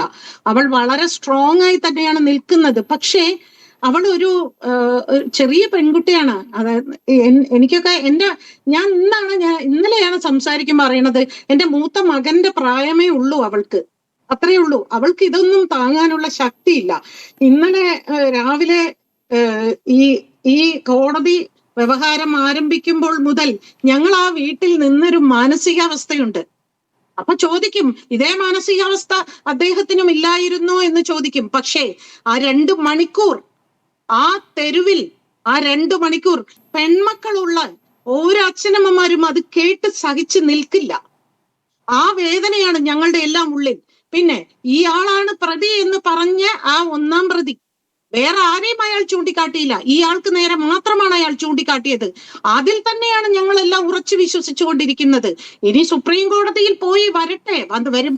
അല്ല, ഇപ്പോൾ ദിലീപ് ഇന്നലെ നൽകിയിരിക്കുന്ന ഒരു അഭിമുഖം ഇന്നിപ്പോൾ ഹിന്ദു പത്രത്തിൽ വന്നിട്ടുണ്ട്. ആ അഭിമുഖത്തിൽ പറയുന്നത് തനിക്കെതിരെയാണ് ഗൂഢാലോചന നടന്നിരിക്കുന്നത്, നിയമ പോരാട്ടത്തിലേക്ക് ഇനി ഇറങ്ങുകയാണ് എന്നാണ് ദിലീപ് പറയുന്നത്. ആ നിയമ പോരാട്ടത്തിൽ ആരൊക്കെയാണ് പ്രതി ചേർക്കുക എന്നുള്ളതും പുറത്തു വന്ന് നടത്തിയ പ്രതികരണത്തിൽ നിന്നും വ്യക്തമാണല്ലോ. ഈ കേസ് 8 വർഷമായി നടക്കുന്നുണ്ട്. തനിക്കെതിരെയാണ് ഗൂഢാലോചന നടത്തിയത് എന്ന് മറ്റൊരു വശത്തുകൂടെ അദ്ദേഹത്തിന് കേസ് നടത്താമായിരുന്നു. അതിനുള്ള എല്ലാ അധികാരവും അവകാശവും ഒരു പൗരന് ഈ ഇന്ത്യ മഹാരാജ്യത്തുണ്ട്. അപ്പോ ഇന്നലെ ആ വിധി കേൾക്കുന്നത് വരെ അത് അദ്ദേഹത്തിന് തോന്നിയില്ല. ഇന്നലെ കോടതിക്ക് പുറത്ത് വിധി കേൾക്കുന്നതിന് മുൻപ് തന്നെ പത്രസമ്മേളനം അറേഞ്ച് ചെയ്തു. വിധി കേൾക്കുന്നതിന് മുൻപ് തന്നെ ലഡ്ഡു വാങ്ങിച്ച് സ്റ്റോക്ക് ചെയ്ത് വെച്ചു. പക്ഷെ ഞങ്ങൾ അവിടെ ഒരു പത്രസമ്മേളനം ഇല്ലായിരുന്നു, ഒരു ലഡ്ഡു വിതരണം ഒന്നും ഇല്ലായിരുന്നു. നമ്മൾ അവിടെ ഇരുന്ന് പൂർണ്ണമായും ഞങ്ങൾക്ക് എല്ലാവർക്കും ഒരു കാര്യം വ്യക്തമായിട്ട് പറയാം. 4 കൊല്ലം മുമ്പ് ഞാൻ പറഞ്ഞിരുന്നു വിധി എഴുതി വെച്ചിട്ടുണ്ട് എന്ന്. അതേ മനോവികാരത്തോടു കൂടി തന്നെയാണ് ഇന്നലെയും ഞാൻ ഇരുന്നത്. അപ്പോ നേരത്തെ ചോദിച്ച ചോദ്യം, ഇദ്ദേഹത്തിനെതിരെ ഗൂഢാലോചന നടന്നു, അതൊരു വഴി കൂടെ ആ കേസ് അങ്ങ് നടത്താമായിരുന്നല്ലോ അദ്ദേഹത്തിന്. എന്തുകൊണ്ട് ഇതുവരെ മിണ്ടാതിരുന്നിട്ട് ഈ കോടതിയിൽ അദ്ദേഹം നിരപരാധിയാണെന്ന് വിചാരണ? എന്റെ പരിമിതമായ അറിവ് വെച്ച് ഒരു കേസ് നടക്കുമ്പോ, ഭാഗ്യലക്ഷ്മി, എന്റെ പരിമിതമായ അറിവ് വെച്ച് ഒരു പ്രധാന കേസ് നടന്നുകൊണ്ടിരിക്കുമ്പോൾ അതിനെതിരെ ഒരു കേസ് കൊടുക്കാൻ വഴിയില്ല എന്നാണ് പരിമിതമായ അറിവ് വെച്ച് എനിക്ക് തോന്നുന്നു. വേണ്ട, കേസ് കൊടുക്കണ്ട. ഒരു പരാതി മുഖ്യമന്ത്രിക്ക് കൊടുത്തിടാമല്ലോ. ഒരു പരാതി വെറുതെ യഥാർത്ഥത്തിൽ മുഖ്യമന്ത്രിക്ക് കൊടുത്ത ഒരു പരാതിയിൽ നിന്നാണ് ദിലീപ് പ്രതിപട്ടികയിലേക്ക് വരുന്നത്, അല്ലാതെ മഞ്ജു വാര്യരുടെ പ്രസംഗത്തോടു കൂടിയല്ല. എന്തിനാണ് പൾസ് സുനി തന്നെ വിളിച്ചുകൊണ്ടേയിരിക്കുന്നു, തന്നെ ഭീഷണിപ്പെടുത്തുന്നു എന്ന് പറഞ്ഞുകൊണ്ട് മുഖ്യമന്ത്രിക്ക് അയച്ച കത്താണ് യഥാർത്ഥത്തിൽ ദിലീപിലേക്ക് തിരിഞ്ഞിരിക്കുന്നത്. അപ്പോൾ ആർക്കെതിരെയാണ് ഇനിയിപ്പോൾ ദിലീപ് തിരികെ എന്നുള്ളതാണ് അറിയേണ്ടത്. അഡ്വക്കേറ്റ് പ്രശാന്ത് പത്മനാഭനിലേക്ക് ഒന്ന് പോകുന്നു. അഡ്വക്കേറ്റ് പ്രശാന്ത് പത്മനാഭൻ നേരത്തെ പറഞ്ഞത് ഈ കോടതിയിൽ നിന്നും തനിക്ക് നീതി കിട്ടുമെന്ന പ്രതീക്ഷയില്ല എന്ന് അതിജീവിത ഹൈക്കോടതിയെ ബോധിപ്പിച്ചപ്പോൾ ഹൈക്കോടതി അത് ആ രൂപത്തിൽ പരിഗണിച്ചിട്ടില്ല. അങ്ങ് മുൻപ് ചർച്ചയിൽ പറഞ്ഞിട്ടുണ്ട് സാധാരണഗതിയിൽ അങ്ങനെ ജഡ്ജിനെ മാറ്റുന്ന ഒരു തീരുമാനത്തിലേക്ക് കോടതികൾ പോകാറില്ല എന്ന്. പക്ഷേ സ്വയം മാറുന്ന രീതികൾ നമ്മൾ പല ഘട്ടത്തിലും കണ്ടിട്ടുണ്ടല്ലോ. തനിക്കെതിരെ ഒരു സംശയത്തിന് മുന ഉണ്ടെങ്കിൽ ഞാൻ അതിൻ്റെ ഭാഗമാകുന്നില്ല എന്ന് പറഞ്ഞ് ജഡ്ജിമാർ സ്വയം പിന്മാറുന്ന സാഹചര്യങ്ങൾ നമ്മൾ കണ്ടിട്ടുണ്ട്. അപ്പോൾ അത് ഒരു ഓപ്ഷൻ ആയിരുന്നില്ലേ എന്നുള്ളൊരു ചോദ്യം അവിടെ നിൽക്കുന്നു.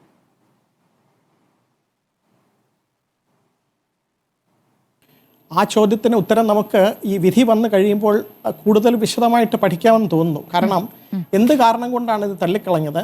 എവിഡൻസ് കോടതിയുടെ മുന്നിലുണ്ടായിരുന്ന എവിഡൻസ് കണ്ണടക്കുകയായിരുന്നോ അതോ അതിനെപ്പറ്റി എന്താണ് റെക്കോർഡ് ചെയ്തിരിക്കുന്നതെന്ന് നോക്കിയിട്ട് കോടതി വിധിയെപ്പറ്റി കൂടുതലായിട്ട് പറയാമെന്ന് എനിക്ക് തോന്നുന്നു. ഞാൻ 2 കാര്യം, വളരെ പ്രധാനപ്പെട്ട കാര്യം പറഞ്ഞുകൊള്ളട്ടെ.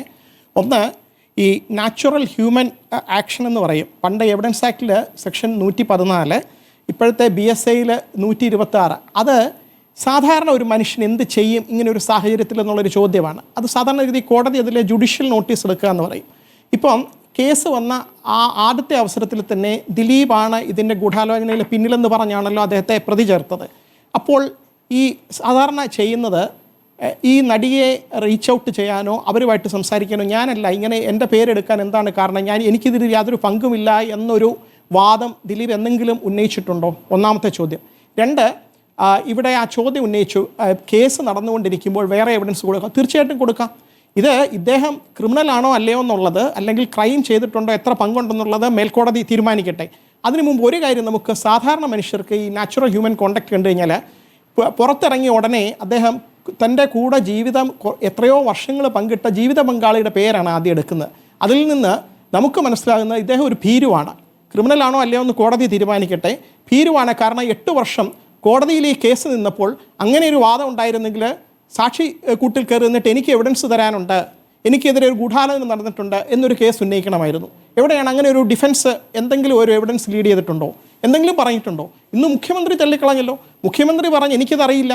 ഇങ്ങനെ ഒരു കാര്യം ദിലീപ് ആദ്യമായിട്ട് പറയുന്നു വെളിയിലിറങ്ങിയിട്ട്. ആ ഒരു കോണ്ടക്റ്റ് തന്നെ സാധാരണ മനുഷ്യർക്ക് മനസ്സിലാകാനുള്ള ഒരു പ്രവൃത്തിയല്ലേ. ഇനി ഈ ക്രിമിനൽ കേസുകളിലെ ത്രഷോൾഡ് എന്ന് പറയും, ഒരു കാര്യം പ്രൂവ് ചെയ്യാനുള്ള ത്രഷോൾഡ് കുറച്ച് കൂടുതലാണ്. അതേസമയത്ത് സാധാരണ ഒരു ഗവൺമെൻറ് ജോലിയിലൊക്കെ ഉള്ള ഒരാളാണെങ്കിൽ ഡിപ്പാർട്ട്മെൻറ്റൽ ആക്ഷൻ എന്ന് പറയും. അതിലൊരു ഷോക്കോസ് നോട്ടീസ് കൊടുക്കും. നിങ്ങൾക്കെതിരെ ഇങ്ങനെ ഒരു പരാതി വന്നിട്ടുണ്ട്, എന്തു പറയുന്നു എന്ന് ചോദിച്ച്. ഈ അസോസിയേഷനൊക്കെ പുരുഷാധിപത്യമുള്ള മേഖലകളാണ്. അതുകൊണ്ടാണല്ലോ നമുക്ക് Hema committee report, internal complaints കമ്മിറ്റിയൊക്കെ വന്നത്. അതിനു മുമ്പ് ഈ താരസംഘടന എപ്പോഴെങ്കിലും ദിനവിനെ വിളിച്ചിട്ട് ക്രിമിനൽ കേസ് അവിടെ നിൽക്കട്ടെ, നിങ്ങൾക്കെതിരെ വന്നിരിക്കുന്ന ആരോപണങ്ങളെ പറ്റി എന്തു പറയുന്നു എന്ന് ചോദിച്ചിട്ടുണ്ടോ? അതിൽ എന്തെങ്കിലും ഒരു എക്സ്പ്ലനേഷൻ കൊടുത്തിട്ടുണ്ടോ? ഈ കാര്യങ്ങളൊക്കെ അവിടെ ഈ ഇത്ര വലിയ എവിഡൻസ് വേണ്ട. ക്രിമിനൽ കോടതി ശിക്ഷിക്കാനുള്ള എവിഡൻസിൻ്റെ അത്ര ത്രഷോൾഡില്ല. ഒരു നോർമൽ ആയിട്ടുള്ള കേസിൽ ചോദിക്കുകയാണ് വിളിച്ചിട്ടപ്പം അത് മറുപടി പറയാൻ ബാധ്യസ്ഥനുമാണ്. ഈ ചോദിക്കുന്ന ആൾ അതിനൊരു ഉത്തരം പറയണം, എന്തുകൊണ്ടാണ് പേര് വന്നത്. അപ്പോൾ എവിടെയെങ്കിലും ഇദ്ദേഹം പറഞ്ഞിട്ടുണ്ടോ? എന്തെങ്കിലും ഒരു കേസ് ഇതിനകത്ത് റേസ് ചെയ്തിട്ടുണ്ടോ? അങ്ങനെയൊന്നുമില്ല. അപ്പോൾ ഇതിൽ നിന്നൊക്കെ മനസ്സിലാകുന്നത് ഇതിൽ നിന്ന് ശ്രദ്ധ തിരിക്കാനായിട്ട് ദിലീപ് മനഃപൂർവ്വം ഒരു പേര് വളരെ മോശമായിപ്പോയി വലിച്ചഴിച്ചത്. അത് സമൂഹം നോക്കിക്കൊണ്ട് നിൽക്കുകയാണ്. മേൽക്കോടതിയിൽ നിന്ന് ഇങ്ങനെയുള്ള കാര്യങ്ങൾ തിരുത്തപ്പെടണം. കാരണം ഇല്ലെങ്കിൽ അത് നമുക്ക് ഈ നിയമവ്യവസ്ഥയിലുള്ള വിശ്വാസം എന്ന് പറയുന്നത് കണ്ടംപ്റ്റ് പവർ ഉപയോഗിച്ചോ അല്ലെങ്കിൽ അധികാരം കാണിച്ചിട്ടോ അല്ല. കാലമൊക്കെ മാറി. ഇപ്പോൾ ആളുകൾ ഇതിനെ കാണുന്നത് കോടതികളെന്ന് പറയുന്ന ഒരു സർവീസ് പ്രൊവൈഡറാണ്. മനുഷ്യർക്ക് വേണ്ടി പ്രവർത്തിക്കാൻ വേണ്ടി നമ്മൾ ഈ ജനാധിപത്യത്തിൻ്റെ ഭാഗമായിട്ടുള്ള ഒരു പ്രോസസ്സാണ് അവിടെ നടക്കുന്നത്. അവിടെ നിന്ന് വിധി ശരിയായ രീതിയിൽ നീതിയുക്തമായിട്ട് ന്യായമായിട്ട് നടപ്പായി എന്ന് ഒരു തോന്നൽ വരുന്ന രീതിയിൽ, അല്ലാതെ പൊതു മനസ്സാക്ഷി അനുസരിച്ച് എഴുതണമെന്നൊന്നും ആർക്കും വാദമില്ല. തെളിവുകൾ എഴുതി ആ തെളിവുകൾ എന്തുകൊണ്ട് അത് വിശ്വസിക്കുന്നെങ്കിൽ എന്തുകൊണ്ട് വിശ്വസിക്കുന്നു, അത് വിശ്വസിക്കുന്നില്ലെങ്കിൽ എന്തുകൊണ്ട് വിശ്വസിക്കുന്നില്ല എന്ന് എഴുതി കാര്യകാരണ സഹിതം ഒരു ജഡ്ജ്മെൻറ്റ് വരികയാണെങ്കിൽ അതിൽ സാധാരണ ജനങ്ങൾക്ക് വിശ്വാസമുള്ള രീതിയിലാണെങ്കിൽ അവിടെ വീണ്ടും ആ വിശ്വാസം ഊട്ടിയുറപ്പിക്കപ്പെടും. നിയമം കയ്യിലെടുക്കാൻ ആരും പോയില്ല. അല്ലെങ്കിൽ ബാലിശമായിട്ടുള്ള കാരണങ്ങളാണ്, കോടതികൾ സാക്ഷി മൊഴികളെ അവിശ്വസിക്കുകയൊക്കെയാണെങ്കിൽ അവിടെ തീർച്ചയായിട്ടും നമുക്കൊക്കെ നാണക്കേടാണ്. നമ്മുടെ ഞാൻ ഇതിൻ്റെ ഭാഗമായി നിന്നുകൊണ്ട് ഭാവനയോട് മാപ്പ് പറയാൻ ആഗ്രഹിക്കുകയാണ്. ഇന്ന് നമുക്ക് അവൾക്കൊപ്പമാണോ എന്നുള്ള ആ ചോദ്യത്തിന് ഇവൾ ഫൈറ്റ് ചെയ്യുന്നത് ഒറ്റയ്ക്കല്ലെന്നും നമുക്ക് ഓരോരുത്തർക്കും വേണ്ടിയാണ്, സമൂഹത്തിലെ ഓരോ സ്ത്രീകൾക്കും വേണ്ടിയാണ്. നമ്മളെപ്പോലെ വൾണറബിൾ ആയിട്ടുള്ള പൊസിഷൻ ആർക്കും ഈ സംഭവിക്കാം. ഇങ്ങനെയുള്ള പ്രശ്നങ്ങളൊക്കെ ആർക്ക് വേണമെങ്കിലും നാളെ വരാം.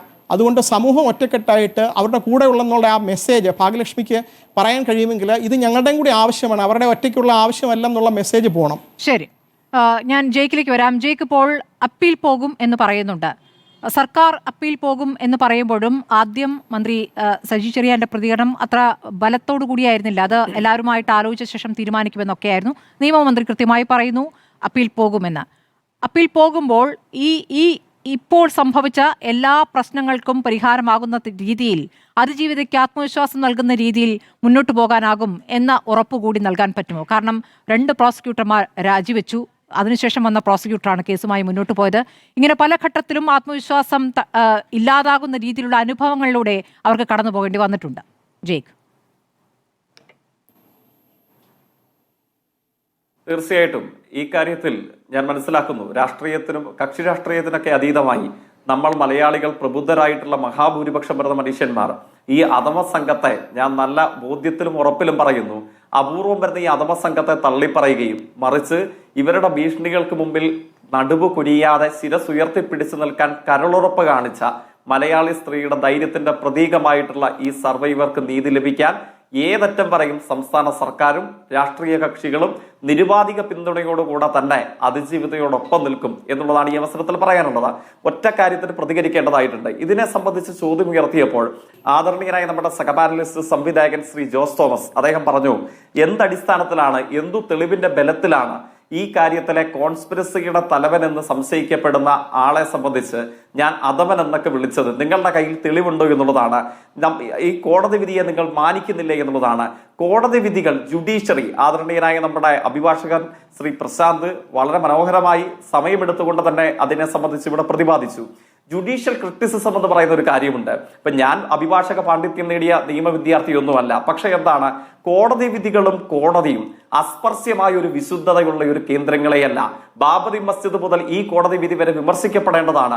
നമുക്ക് വിയോജിപ്പുകളുള്ളതാണ്. അർത്ഥസംഖ്യകൾക്കിടയില്ലാത്തവണ്ണം നമുക്ക് സ്വീകരിക്കാൻ ബുദ്ധിമുട്ടുള്ളതാണ്. എന്തുകൊണ്ട് അധമൻ എന്ന പ്രയോഗം, അങ്ങ് സൂചിപ്പിച്ച ചലച്ചിത്ര താരത്തിന്റെ പേര് ഒരു ഘട്ടത്തിൽ പോലും ഞാൻ പറഞ്ഞിട്ടില്ല. പക്ഷെ അധമനെന്നും അധമ സംഘമെന്നും എനിക്ക് എന്തുകൊണ്ട് പറയേണ്ടതായിട്ട് വന്നു? അങ്ങ് മനസ്സിലാക്കേണ്ടത് കോടതി ശിക്ഷ വിധിച്ച ഈ കേസിലെ 1-ാം പ്രതി 1 ലക്ഷം രൂപ ആവശ്യപ്പെട്ടുകൊണ്ട് തുടരെ ഫോൺ ചെയ്തത് അങ്ങീ സൂചിപ്പിച്ച ചലച്ചിത്ര താരത്തെയാണ്. തൃശൂർ ടെന്നീസ് അക്കാദമിയിൽ വെച്ചും തൊടുപുഴ സീവാസിൽ വെച്ചിട്ടും അതോടൊപ്പം തന്നെ ജോയിസ് പാലസിൽ വെച്ചിട്ടും ഈ 1-ാം പ്രതിയെ ജയിലിൽ പോയി കാണുകയും ഒക്കെ ചെയ്യുന്നതിന് നേതൃത്വം നൽകിയത് അങ്ങീ സൂചിപ്പിച്ച പേരുകാരനായ ചലച്ചിത്ര താരം തന്നെയാണ്. എന്തുകൊണ്ടാണ് കേരളം വെറുപ്പോടുകൂടെ കണ്ട ഈ ബലാത്സംഗ കേസിലെ പ്രതിയെ ജയിലിൽ പോയി കാണാൻ മമ്മൂട്ടിക്കും മോഹൻലാലിനും അങ്ങേക്കും ഒന്നും തോന്നാതിരുന്നത്? അത് തെളിവില്ല തങ്ങയോട് ആരാ പറഞ്ഞത്? ആ തെളിവില്ല തങ്ങയോട് ആരാ പറഞ്ഞത്? പോയി കണ്ടതിന്റെ രേഖയുണ്ട്. ഈ ചലച്ചിത്ര നടന്റെ സഹോദരന്റെ ഫോണിലേക്ക് ഇതിന്റെ ദൃശ്യങ്ങൾ എത്തിച്ചതിന്റെ രേഖയുണ്ട്. മെമ്മറി കാർഡ് ഹാഷ് വാല്യൂ മാറ്റിയതിന്റെ രേഖയുണ്ട്.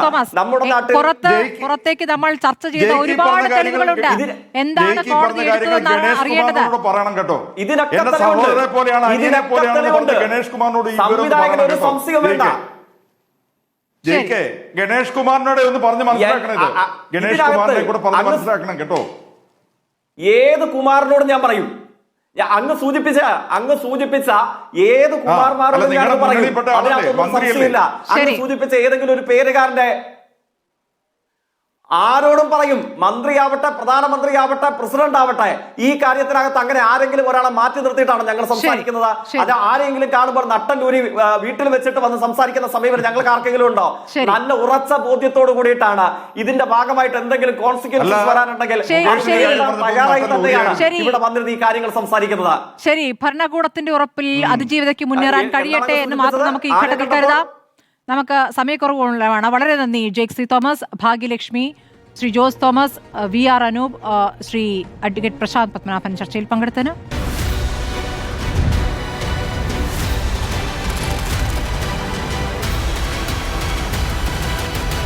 ഡിബേറ്റ് വിത്ത് സ്മൃതി പരുത്തിക്കാട്.